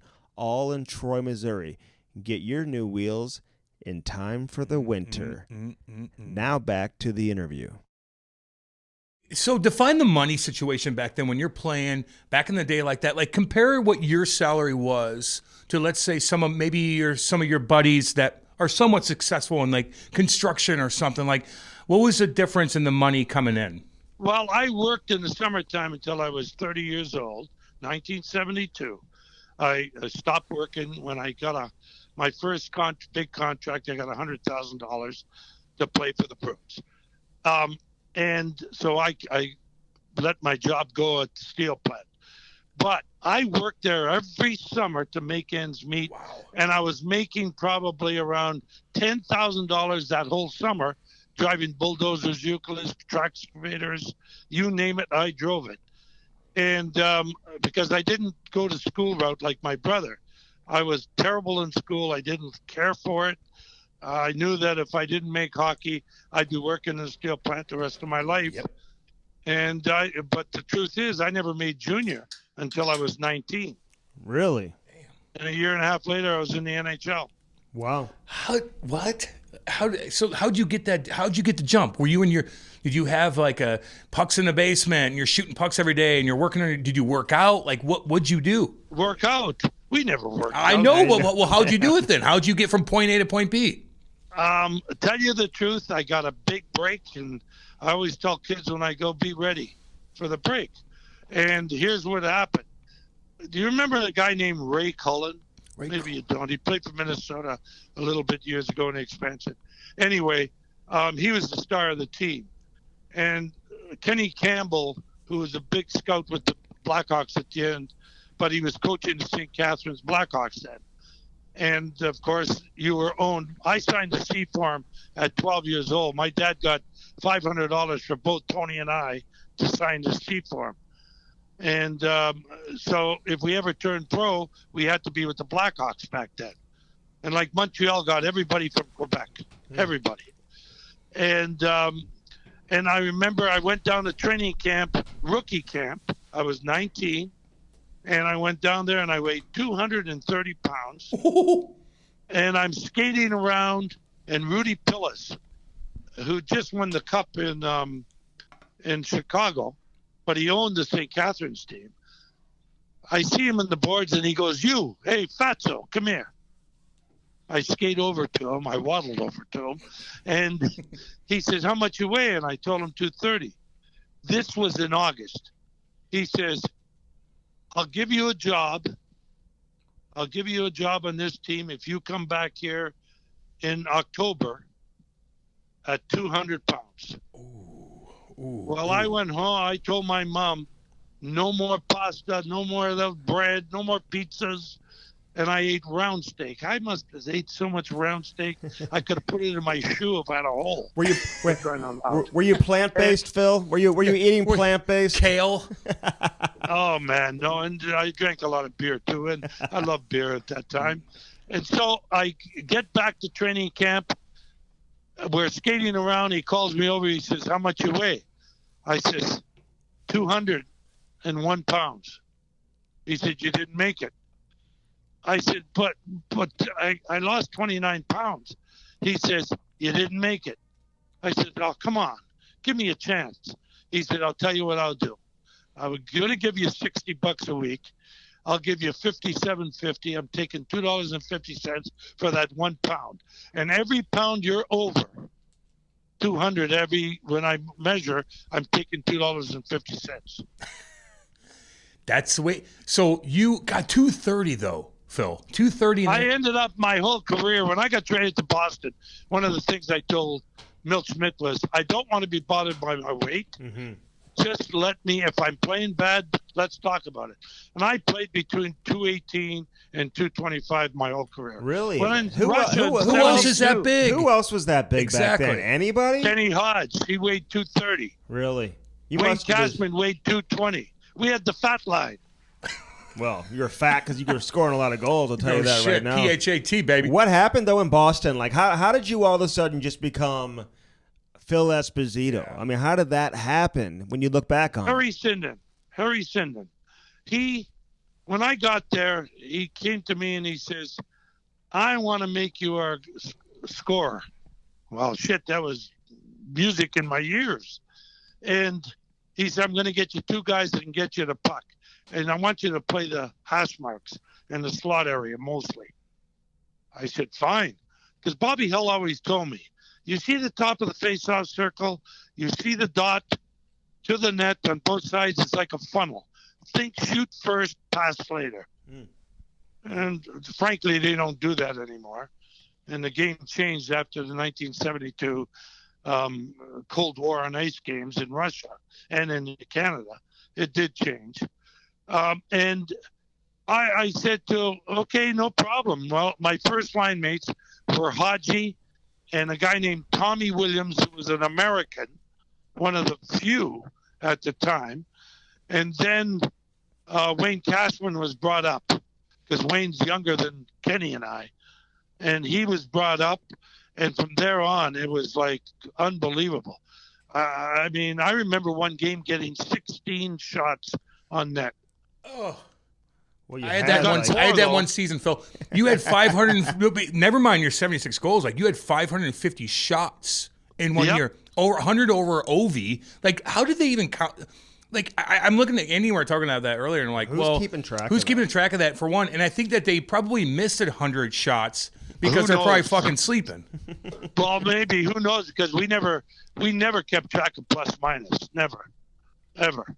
Nobody gave a shit about that because it was up to the coaches to decide whose fault that was to score against. And if you scored, who was the guys that really set you up, you know? Yeah. And I personally, I like that. I think that's the way we should all be. But the other thing for me was that I very seldom missed a net. And when I had a chance and I missed a net, the next day at practice, I'd go to that spot and get 10 pucks. And I'd shoot and try to hit the one spot that I missed. And if I did it 7 or 8 out of 10, I'd stop. But if I didn't do that much, 7 at least, I wouldn't stop until I got 7 in a row. Who else did that? 7 out of 10. Anybody else do that, Phil, back in the day like that? Not that I know of, no. Wow. Not that I know of. And the other thing I did was ask Bobby Orr to stay out sometimes, and we had this play on the right side. If I won the draw, I'd slide over to the hash marks. If the guy comes out at him, then he'd shoot it as hard as he can low so I could redirect it from the hash marks. And if the guy didn't come out at him, went to me, he came in and blasted it. And if there was a rebound, I was there. Cam and Strick podcast here for Canadips. Oh, yeah. CannadipsCBD.com. Check it out. Check out all flavors. Have you been chewing? You know how old chew is? Get in with the new. Get in with CBD. Cannadips. Check out all the flavors. Get yourself a California roll today and find out which one is best for you. Mention the promo code Cam and Strick and you'll save 50%. CannadipsCBD.com. Now back to the interview. You mentioned, write that down, Andy. I just did. You mentioned the Cold War on ice. I mean, the 72 Summit Series. Yeah. Like, how do you look at that? Because I've seen interviews where you're just kind of like nonchalant about it, Phil. Like, like the Hall of Fame, great. Canada Walk of Fame, great. Like, Gray Bork giving New Jersey. I know, Gray Bork. All that type of stuff, man. It just seems like, it is what it is. It doesn't, like, kind of make or break who you are as a person. No, it doesn't. And let me put it this way. In the beginning, I turned it down 2 times. I turned it down when Harry called me. I turned it down when Ferguson called me, John Ferguson Sr. Mm-hmm. Oh, yeah. And I turned it down. And we had a hockey school, and my brother did not want to go. He did not want to do this. And then Bobby Orr called me, and he said, Phil, I can't play. My leg is bad. My knee, I got to get another surgery. He said, we really need you and your brother. I said, oh, Robert, I got to give up my hockey school. I got to give everybody back their money. 3 weeks left in the hockey school. And he said, look, we really need you. I said, Bobby, you're my teammate. You're my friend. I'm in. And I went and told Tony, was he pissed at me? I thought he was going to give me a left, right in a kisser. But he was not happy with me. And we went to training camp. We were told it was going to be an exhibition, and it was just going to be for fun. And honestly, we didn't train. We didn't do crap. We went to parties, and we skated and scrimmaged, and then we went out and drank. And you're with guys that you've been playing against all the time, like an all-star team, right? Yeah. And so you just didn't feel the same. It didn't. But that first game was a rude awakening, boy. A rude awakening. I remember saying to Harry after that first game while we were going to talk to the press, I said, Harry, you got to pick a team. You got 35 guys. You promised everybody you're going to play. That won't work. We will not win. You can't win without being a team. And he did it anyway in Canada. But when we got to Russia, he put the guys, same guys who play in almost every game. And that's the way it had to be, or else we never win. Never. When you went back over to Russia, did you know, hey, listen, we're gonna flip the switch and we're gonna end up winning this thing? Or were you guys thinking, man, you weren't gonna be able to get it done? Like, what was the mindset heading back to Russia? We became a team in Sweden. We went to Sweden for 2 exhibition games. And I'm not going to say that I'm proud of this, but we played awfully dirty. And so did they, though. The Swedes, Cashman got the worst injury I ever saw. This guy, they used to file their sticks down like a butter knife on the end and stab you behind the kneecaps. This guy put the stick right in Wayne Cashman's mouth, split his tongue wide open. The Swedes would do that? The Swedes did that? The Swede did that, yeah. Ulf Sterner, his name was. Hey, who's the? I'll never forget him. Who were you looking at? Like, there's a video. I don't know which game it was. It might have been Game 4. You went to the penalty box. You're pointing to somebody saying, "Hey, you and I are going to go." And you gave the Boris Mihailov speared me in the nuts. Oh, well, you gave the cutthroat signal. Your finger kind of slashing across the throat. To kill him. I did. Did you ever get a piece of him or no? You ever get a piece of him or no? I never got him back. But listen to this. When I went over there in 2012, 40-year anniversary, we went over, 10 of us from that team. As I got off the airplane, there's Mihailov, Tretiak, Yakushev, who I really liked, and Petrov. And they were there to meet us. And I'm shaking hands with Tretiak and Yakushev and Petrov. And I looked at Mihailov and I went, I don't like you. I just got off the airplane.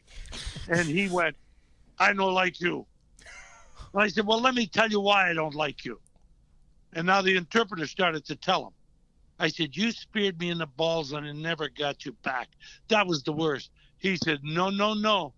You got me back. At the end of that series, I had to go into the hospital and get operation for the back of my knees where all the spears that were in the back of my kneecaps. I did that. He says, yeah. I said, we're even. There you go. That's what it is right there, baby. Hey, I love it. Why were you so critical of the Canadian government? Because you at the time... Because they wouldn't do shit for us. And they still won't. Explain that. Like what? If we didn't win, they wouldn't have sent a plane over there for us to come back. We flew over in 2 commercial planes. One to Paris, then to Stockholm. The other one to London, and then to Stockholm. And I went on the plane with Ferguson, and Fergie was our guy, and a lot of other guys. Like, we split the team in 2, went with Harry. And we became a team in Sweden when we got 2 cases of beer, went out in the park right across from the Grand Hotel.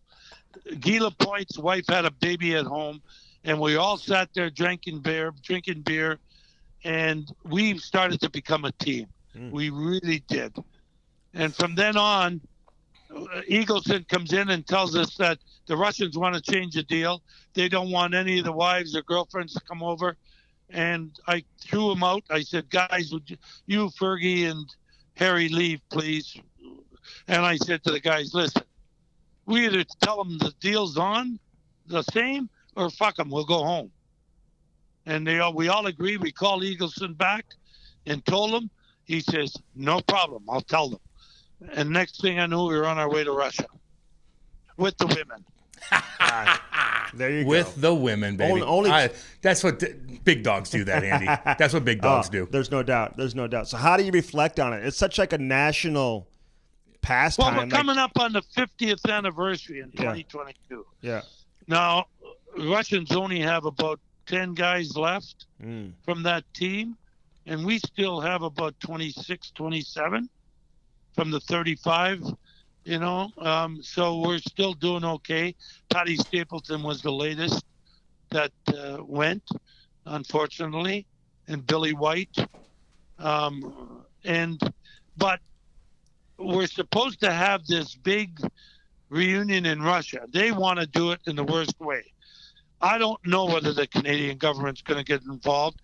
Kenny Dryden is now the lead guy with Brad Park. I'm on the board. And I listen to all of this stuff, but I don't live in Canada. I don't live in Toronto. I don't go up to Canada very much anyway. So I'm not going to try to dictate or do anything. I'll be part of it. I will do what I can. I've got to convince my brother to help out. I made a deal with Bobby Orr that he would come if I did something for him. And I said, I'd do it. And he says, okay, then how you do this for me, I'll do that for you. That's how it works. Good. So, because I want Bobby there, he couldn't play, but he was on the team. He was hurt. Yeah. What the fuck? Yeah. I mean, absolutely, he should be there. Sure. Hey, and the other thing, Cam, I think you're an American, right? Yes. Like I'm an American too now. He's a Hoosier. Yeah, you are. You're a Tampa Bay American. I'm a St. Louis American. I get it. Well, that's right. But let me put it this way: for me, this whole thing should be a big, huge celebration. They put us in as the team of the century in the Hall of Fame. They did all this stuff for us, but if it wasn't for Carl Brewer and a little bit of a guy named Andy Bathgate who played, we would have never got those pensions money from that series into our pensions like we were supposed to from day one. How much money? And I'm not saying Eagleson stole, but I'm saying something happened. Wow. Okay. You were going to get your pension from it. So how much money did you guys end up getting? It wasn't a lot because my pension, I played 19 years. I get $32,600 a year Canadian. What was the most you ever made as a player? My last 5 years, I made $400,000 a year. Okay, New so York. so you look at your entire life because you've built up some nice wealth. I mean, you've been able you live a nice life, Phil. Yeah. Let's be honest. Like everything's good with you. Like where have you made your money? Well, let me put it this way. I've been divorced twice, so that's half the pie and another quarter. Yeah. You know what I mean? Oh, yeah. Like my brother says, Phil, you got a quarter left. That's it. Be careful. Yeah, but you need to And be happy. every other penny that I had made went into this team in the beginning. The Japanese wouldn't put the money in until we got the franchise. I paid the scouts out of my own pocket. I paid office people, and it cost me a divorce. Wow. No doubt about it. You paid the scouts and the office people with the Tampa Bay Lightning out of the your own beginning. pocket. But that cost you the divorce. Was the wife pissed at that? Was she like, you're spending too much money? All you're doing is focus on Listen, this. I sold my house on a golf course and played this guy for a lot of money that I needed, or they were going to throw me out of the deal. Wow. Did you get your money back? I got about, I'd say 3/4 maybe. But I've had a job all these years. Yeah, no Yeah, question. damn right you Do you still have that gold puck that Yeah, you got? I sure do. All right, now are you I gonna told this sell Russian it? guy, this Russian guy wanted to buy it for $750,000. I said, it's $1 million. Oh, you said it's $1 million. So Really? Okay. you'll get $1 million Yeah, for There's that. only four in the whole world. 4 solid gold pucks. Now they're 14 karat gold because 18 is too soft, and of course 24 is out of the question. And it weighs about 4 pounds, 3 or 4 ounces, I think. And it's not so much the gold price as much. There were only 4. Bobby Orr got one, Johnny Busick, Kenny Hodge, and myself. All 4 of us scored 100 points that year. Gold was not even on the market. And so can you get $1 million for it? Have you tried to get $1 million for it or no? No. I just told this Russian guy, I said, if you want it, and Kenny Hodge has his, and I have mine. Bobby Orr gave his to Al Eagleson early on, and Johnny Busick sold his maybe 20 years ago, 25 years ago, for $180,000. Wow. Take that money. Well, My dad says, "Can you eat that puck, son?" I said, "No." He said, "Sell the shit once it gets to $1,000." Hey, somebody listening is gonna offer you $1 million. They will now. They will. We're gonna find a buyer for you. You're in the spotlight Phil. now, Phil. Hey, Phil, I got a question for We you. find a buyer, you guys. You got a little commission, not a lot. But there you go. have all Phil. the best wine you ever had. We just want to come down and hang out with you in Tampa, dude. Like that's it. You got man. it, dude. Damn right. We'll That'd take you be out to good. dinner. I got a couple more for you, man. I know you're down there chilling and doing your thing. I know there's some games going on tonight and stuff like that. So, but back when you I could be wrong on that. Andy's giving me a look right now, but you owned the Sault Ste. Marie Greyhounds for a bit. I did. Okay. I did. And I remember going up there and just doing my thing up there, and I love that town. But you owned it, and then we had Eric Lindros on the podcast and stuff like that. And so you own this. You own this this organization, and then you got this star, this monster, probably the biggest monster around since Greta or whatever the case is, and he refuses to come. Like you got to think. Like we asked him about this. Like God, Phil owned that team. You're just getting in the league as Eric Lindros. I know you're just kind of getting involved in things, and right off the bat, you don't go to Sault Ste. Marie when you're at the helm of things. Very bizarre. What was your take on that? Well, I went to the draft. I didn't know. I went to the draft. I'm sitting. I don't know these kids and these players, and I'm sitting with Angelo Bombaco, who was the guy that scouted me and Wayne and a bunch of. I mean, so many guys. It's amazing. Anyway, he was in charge of the Greyhounds. My dad, I gave him my part ownership. Me and a guy named Paul Pacifico from Connecticut bought it, and they ran it, but they asked me to go to the draft because they wanted to draft this guy, Eric Lindros. Now, I don't know who Eric Lindros is. I didn't follow much junior hockey in New York. Shit, they never had any of that on. And Still don't. I'm sitting there at the table, and this guy taps me on the shoulder. I turn around, and he's a big guy, and it's Eric's dad. And he said to me, he says, don't you dare draft my son because he ain't fucking going to the fucking Sioux. I said, what? Who is this dude? And Angelo said, that's this guy Lindros who we're going to draft first. I said, but he just told me he won't come. Isn't there a better player, another player? He says, well, we got to take him or else Sudbury's going to take him. And that was our rival. Mm-hmm. And I said, this is ridiculous. Why won't he come? Can he be forced? He said he's supposed to go where they gets drafted. Well, I said, then you got to take him. What can you do? Took him.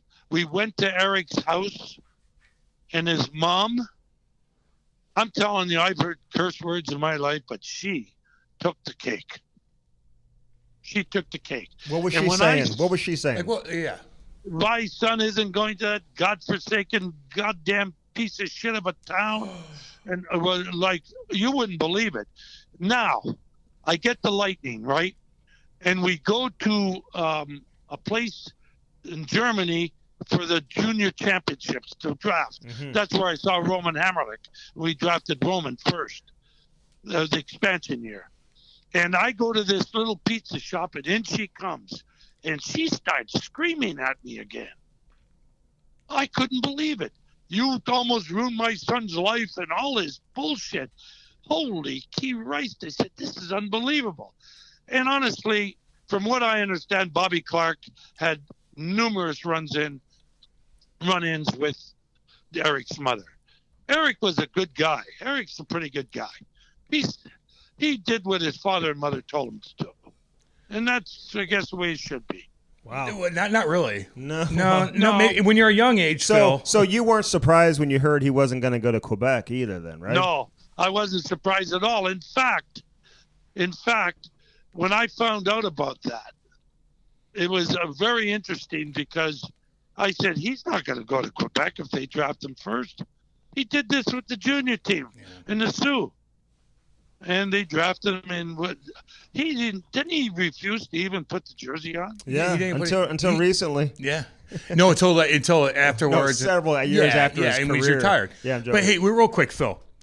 When parents get involved like that, I've seen this personally throughout my career growing up, and parents get involved. They know nothing, and they start reacting that way. Like, don't you look back on that whole scenario and you see different scenarios like that, and you're like, parents, when they're at that age, shut the fuck up and let them play.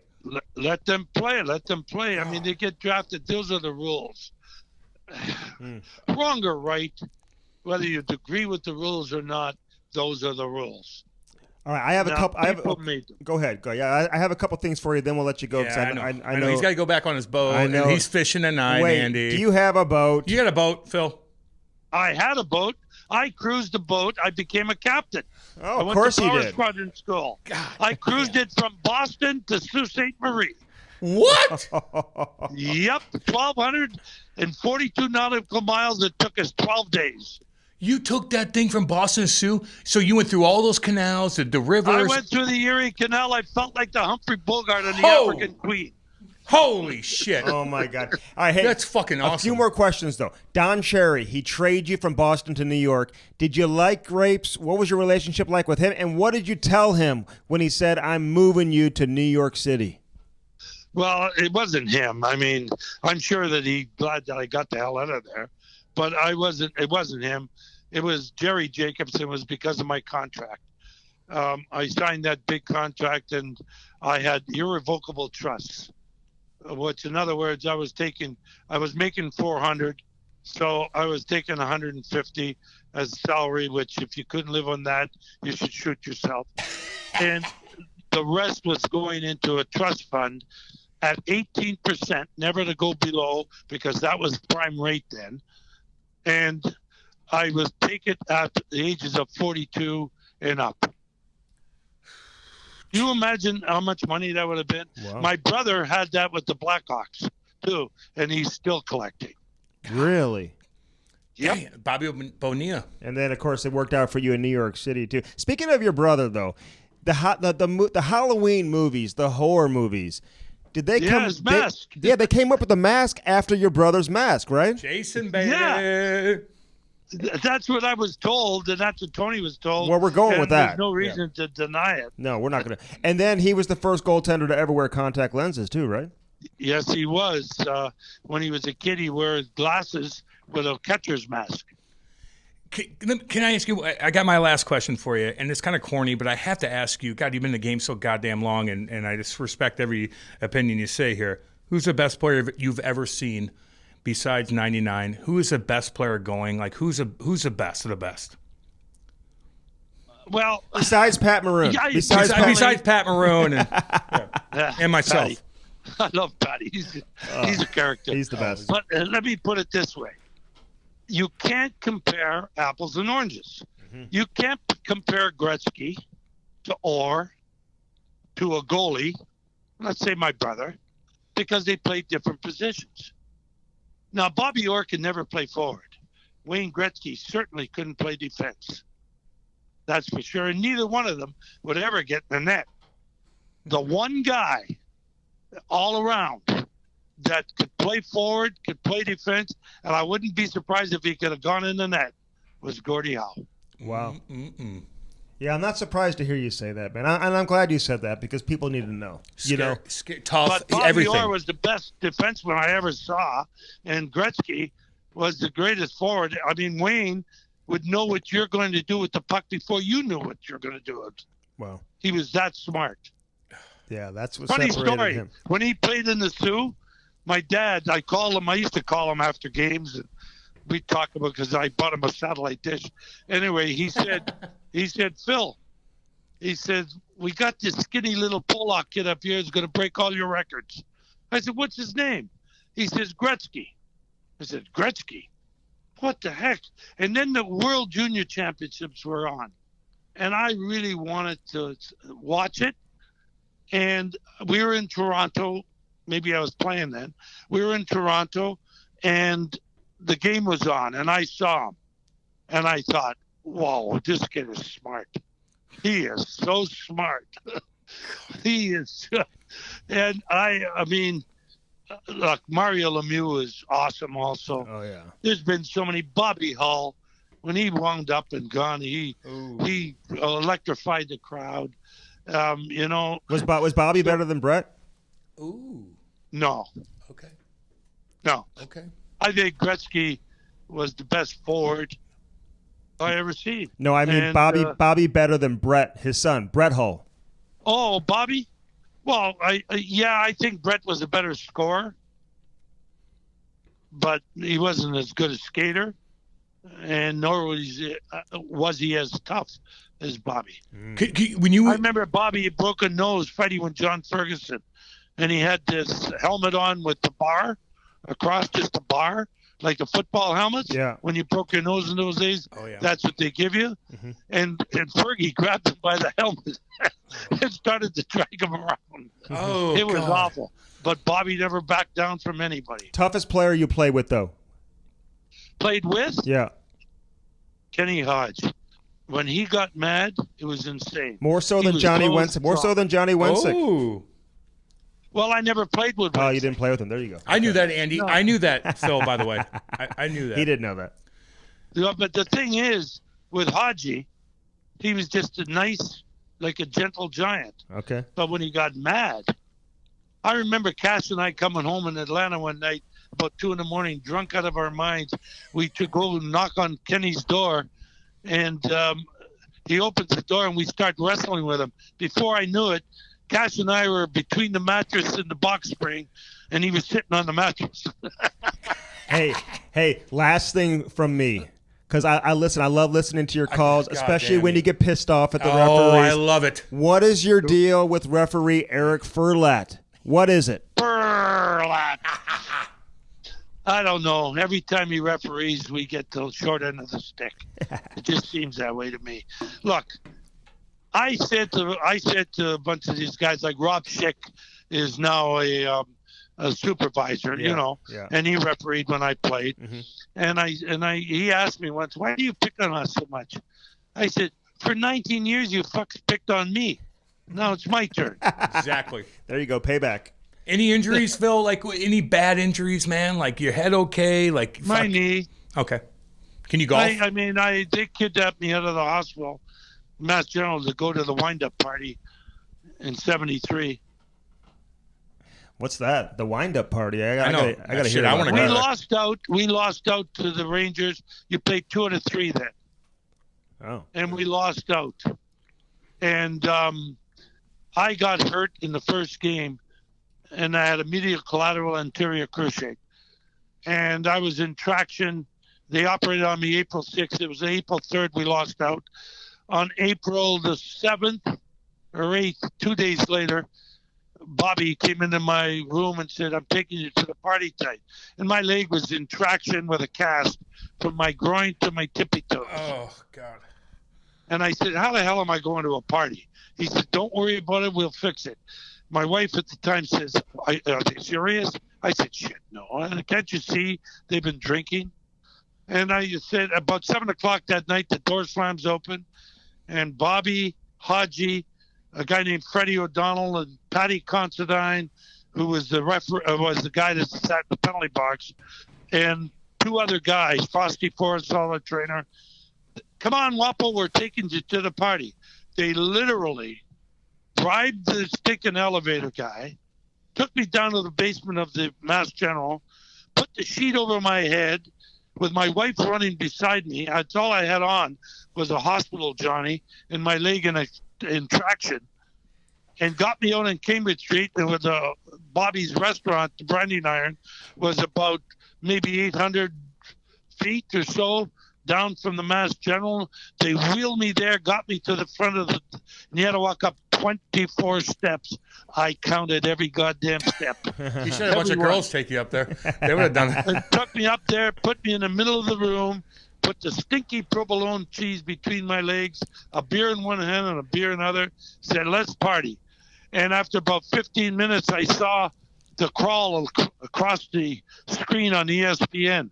Phil Esposito kidnapped from Mass General. Oh, my God. I told Bobby, and he goes, holy crap, I better call Dr. Rowe. So he calls Dr. Rowe, and Dr. Rowe said, listen, I'm going to send an ambulance. Don't try to carry him. If he falls, he may never walk again, never mind playing. Oh, God. They carried that bed back. It cost $3,800 for the new bed and the new door to get me out in the street. And Bobby Orr calls me and says, I told him, I said, Bob, great party, but it cost me $3,800. He said, did you pay it? I said, yeah. He said, great party. Funny how that works. Oh, I love it, man. Hey, man, listen, Espo, thank you so much for doing this. You know, we appreciate that very much, man. You were great. Hey, we're coming down to Tampa, and we're going to actually, we're going to rent a boat, and I'm going to take you out this time, buddy. You got it, man. Looking forward to it. No provolone cheese this time. Yeah, no, we don't need that in between your legs. I like provolone cheese, but when they're that big and that stinky, no, they smell like dirty old socks. Yeah, we'll keep that out. Andy likes that kind of stuff. Hey, enjoy the rest of the season. Congrats on winning the Cup last year and all that, man. And keep doing your thing, man. We enjoy it. We'll be listening. Hey, give me a call when you guys want. I'll be around. I know you will, buddy. See you, buddy. Okay. Bye-bye. Take care, guys. Bye-bye. That was Phil Esposito. The whole Russia thing, like with the Summit Series, like Canada, like it's such a big part of their history, of hockey history. And for him to be in the mix and be a part of it, he's like, what? Like he's not happy with Canada. He's not happy with Canada. Like doing my world-class research for this interview, that's one thing that really stuck out. I wanted to hear it from him, like what's the beef, you know? But he said they wouldn't have even sent over like a plane to bring him home. Unless they won, they're not going to bring him back. But like apparently when they went over there for that anniversary, the 40-year anniversary, whatever he was talking about, I remember him saying that the Russians treated them like absolute gold when they went over there. Cool, yeah. Treated them like gold, man. Look, and the Russians are great like that. Like when you're competitive with the Russians, like they're going to be competitive back to you, just like the Americans. Didn't you get along with your Russian teammates and everything? Yeah, I mean, Kobe, besides Kobe, obviously. I got along with everybody, Yeah, but they're maybe one or two guys. And even if I don't think I got along with those one or two guys, they'll probably be like, Cam, we were friends, right? Yeah. And I was like, I didn't like you that much, but that's all good. Yeah, there's no real divide. Nah, not with me. At all, man. I mean, look, if there's a divide with me, you fucked up bad, or I did something bad, which I don't usually do unless it's like my bad to myself. But that's bad. It was back during the Cold War, man. There were so many emotions that were flying around at the time. Yeah, dude. It was political. There was politics Can we involved. get him on again? Oh, you might have to. No, seriously. For round 2? No, like Like tomorrow? Like I have so many.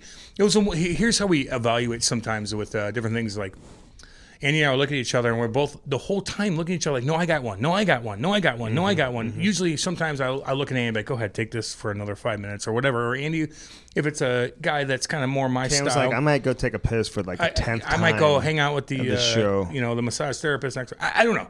But the point is, you can't say that. You just should not say that. Because my back's hurt. Oh, yeah, that's right.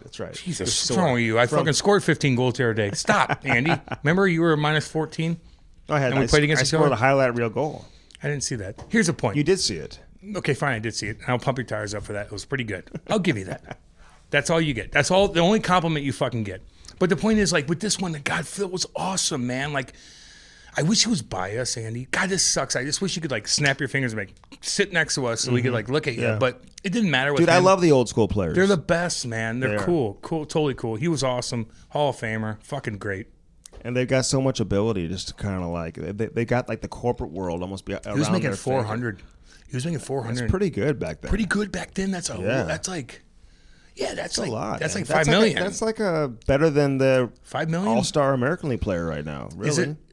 Yeah, it was a couple hundred more than I made in 2007. But he was like truly like a generational player. I mean, the guy was one of the greatest players ever. But making $400,000. But the reason why he's making $400,000 is because he's in New York. You know, I mean, wasn't Bobby Orr the first player to make $1 million? Yeah, what was it? No, I don't know. I think that's he was. Was he the first one? I think so. That's a great question. Oh, we're gonna get if you're wrong on this, God. Andy. Oh my! That was Cam. It's saying not me. that. Don't chirp me this time, dudes. It's Andy. Andy's supposed to be the fucking brain of this organization. Well, I think he was. Okay, I'm just saying if you're wrong on that, just like you're wrong on the fucking painters cruising over to your house, the bodies are gonna chirp you. A few people have reached out about that. Your wife looked good the other day, by the way. We were doing those photo shoots. Did she work out? Oh yeah, dude. Holy Non-stop. fuck! We should have her and Kate should do all of our shit for us and just do all the pictures. Why are we in pictures? Oh, no, they should just be in the pictures. They should be like, here's a Cam and Strick, and then show them. They should be in the pictures. No one wants to see They don't want to see us. No. We're hideous. No, we are. You got a good smile. I'm jacked. But other than that, we suck. Our wives are hot. I was so tired the next day. Or when we did that, though, man, from the night before. It was freezing cold out there, too. I had to take charge. Sometimes you got to take charge. Cam was like a director. He's like Steven Spielberg. That's what the fuck I do, baby. He was just like taking control. That's what I do. What'd you guys end up doing after that, by the way? Because you had this whole day planned out. Well, we went to go. Cam's Saturday afternoon plans when he has nowhere to be. I mean, it's like, watch out. There were so many different things on the table. Well, I have no kids. Like, people kind of, I'm in that weird category as a mid-30s guy that has no kids and making a little bit of money and wants to spend it, and so we're in a different situation. So we could do whatever the fuck we want. If Kate and I want to go have a steak and then go fucking do that and then go fucking do that and then buy this and do it, doesn't matter. Dude, we have nothing. Little Ty was beating up on you too. Ty you have the cutest family in the world, and I will say this right now. And I chirp Andy, guys. I chirp Andy more than anybody in the world. I chirp Andy more than any podcast has ever chirped anybody in life. I've chirped Andy more than Don Cherry's chirped Ron McClain. I've chirped you hardcore. I don't know if that's true. Maybe not true on that part. Okay, maybe I exaggerate on that. But any other podcast, I chirp. But in this sense, Andy's kids and family are the fucking cutest things in the world. Every single one. And I evaluate motherfucking kids. Tell you this right now. I'm looking at my engineer right now, Jamie. I evaluate kids. I'm around kids all the time. I don't have fucking kids, so I evaluate them. Andy's kids are legit. They didn't say one weird thing. They didn't do anything weird. We're in the alumni room. They didn't do anything. Like, they're not picking their nose. They're not picking their Ty's like coming up and like he's not punching me in my ball sack like some kids do. Some kids will come up to me like a lot of kids do that to you. They're like this. The family's like, look, kid, look, Dylan, there's Cam. And then Dylan will come over and punch me right in my ball sack. And I'll be like, I'll fuck this kid up. And then the parents are like, oh, isn't that funny? I go, no, it's not funny. He punched me in my fucking balls. You weirdo fuck parents. Get this kid away from me. Like, I hate that shit. Yeah. Your kids are awesome, and I'm going to give you that. Man. Yeah, they're chill. Good for you. He'll come over and just give you a fist bump and whatever. Yeah, and you got a ragdoll once in a while. Yeah, and I do. Yeah, and I do. Andy ragdoll Ty. And I'm like, I looked at Andy like, God damn. Like, you kind of look like you beat somebody up on the ice. I'm like, oh, no, that's his Yeah, 5-year-old child. No, I think I It's a 5-year-old child. 4-year-old. 4-year-old child. Like, oh, okay, that makes sense. Yeah, but they They're love cute, you, man. I know. And even Laurie said, man, she's like, Cam is great with kids. I'm really good with kids. It's unbelievable. I mean, so it's kind of a front. Like, you act like you don't like kids. You don't want. I think deep down you want kids. I don't know if you just don't want to quit chewing. I quit chewing. Fuck, I want to quit chewing. Like, no, I really quit Although chewing. you are quit chewing because you have Canadips and you're almost completely done with the Grizzly. Exactly. So what are you talking about? I rather quit chewing than have fucking kids. Kate and I, we're gonna golf all day, dude. I know. Kate, everybody's gonna be at my house. Kate has golf clubs now. Watch out. I know. And Cam does too. Are hers nicer than you? Yours? Fuck no. Golf clubs are more expensive than I thought they were. But she looks sexier than me though, and that's all that matters. I want her to look sexy on the course, but I don't want the creeps creeping her out, and they know not to. Mm-hmm. But I want Kate to enjoy golf, man, because that's we have. You're gonna hook her up with some like golf clothes and stuff like that. Oh, I'm gonna dress her up, motherfucker. All right, Cam and Strick podcast, episode number 107 with another Hall of Famer, dude. We love Phil Esposito. I told Cam we were going to have him on. I'm like, this dude's going to be good. He's hilarious. You ever hear his broadcast, dude? Just listen to it. Yeah, I don't like the other guy. You don't like the other guy, do you? He's too loud. I was nice. I said some nice stuff. Yeah, Dave Michigan, he's a nice guy. He's been doing it for a while, but he has a very loud call on the goal call. And right? I know a lot of guys are like, aren't you loud, Cam? Well, I'm not doing color. I'm not. Like, Would you be a screamer, though? I don't know, man. I do my thing on here. Yeah. I do my thing on the radio show. Listen, I think I'm good. I think for what they do in that market, I think he's good for that market because, a lot of people, they introduced a lot of people to the game of hockey. And, it's kind of like... That's his thing, dude. That's his thing. He's loud. Like he screams. He yells. Well, man. Andy, sometimes people come to you and say, well, Cam's too much for me. Yeah. And I'm like, oh, okay, well, that's me. Mm-hmm. So it's like... No, you got to be yourself. I can't Keep change doing your for you. thing. I'm not changing. Dave Michigan. I don't want to...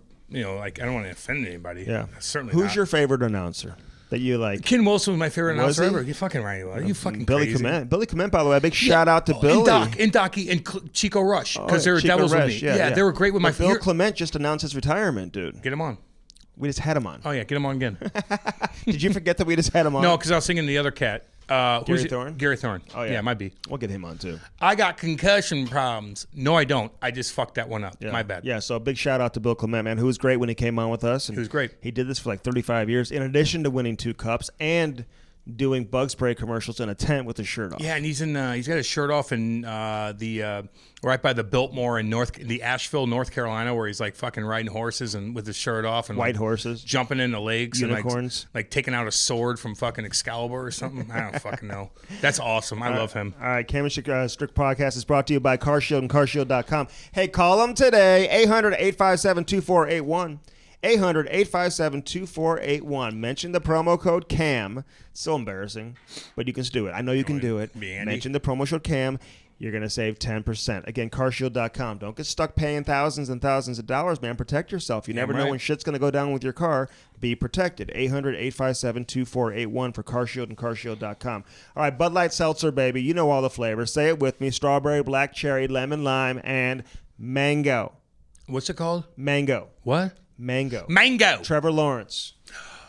Sexier than fucking Trevor Lawrence. Trevor Lawrence with not a big nose. That's it. No, he's a sexy guy. I'm sorry. Are you being sorry? Are you nose shaming? No, I'm just You're saying. Nose shaming I just said Mango don't have no big nose, and he's like 2 feet taller, and he's a little bit more jacked with cooler hair. Although it's hard to do, but that's Mango. Already making $5 Mango's banging bras left and right. It's crazy what Mango's doing right now.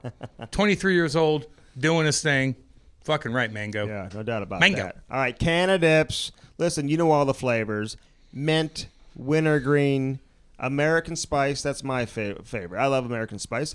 And then, of course, citrus and mango again, dude. Isn't it amazing? Jesus, that's mango. perfect for us. This motherfucking mango guy. Canadips is amazing. He's Case Mandel. This guy's shit. the man. He's got a great story, too. We're going to bring him on during Super Bowl week. Lots of stuff happening during Super Bowl week as well with Canadips, so stay tuned for that. Again, if you're listening, man, we got a lot of female listeners, too. Yeah, we do. We do. And you know what? If you know someone in your life, maybe your boyfriend or whatever, you want to get them off the chew, just order it.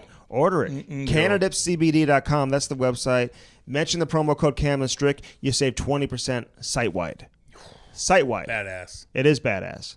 Your favorite flavor? Do you rotate them? Where are you at right now? No, I rotate. So I got right here in front of me, I got the natural mint flavor, which I like. So I put a couple of those bad boys up top. Yeah. What's up? Yeah. What's up? Lasts me about an hour. Don't be afraid of the American spice, though. I'm going to tell people I that. told you that. No, Yeah. I just picked this one out of my bag because I'm like, it doesn't matter what I put in.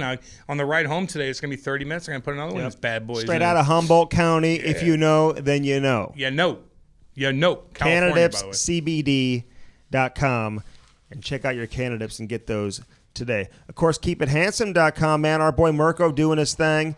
Again, we're fighting the ugly. A portion of the proceeds from that Fight Ugly hoodie, which is badass, by the way. Fuck yeah. Goes back and supports the Montreal Resource Center and all the bullies out there. We fight the bullies. We're all about anti-bullying here on this podcast. Again, check out all their great hair products. You got the head balm. What'd you call me? Bald? Head balm. You call me bald? The beard moisturizer, which I use every single day. With no beard? It's amazing. And again, they got the shampoo, the conditioners, the hair gels, all that stuff, man. Mention the promo code CAMASTRICK. You're going to save 15%.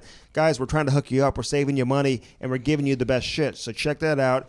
KeepItHandsome.com. And you can order that hoodie, by the way, on Amazon as well. Ooh, So you can get it a couple different spots. Hey, help fight the ugly, baby. Yeah, there's no doubt about Yeah. that. All right, Bellman.com. Our boy Dan Bellman making things happen in Troy, Missouri. The Cadillac, the Buick, the GMC on one side of the street. Just cross the street if you're looking for something else. They got the Chrysler, the Dodge, the Jeep, the Ram.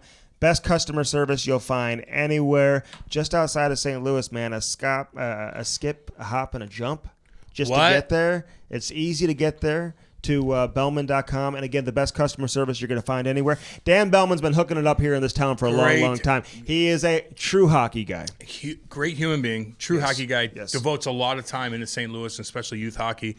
And your wife can go buy a fucking car from him and feel like comfortable. That's all I gotta say. I'm not going to say swinging fuck dick. No, I'm not going to say you don't have to. I'm not going to fucking say. Don't swinging say dick. it this time. I'm not doing it. Please don't. Fucking swinging dicks. I'm sick of them.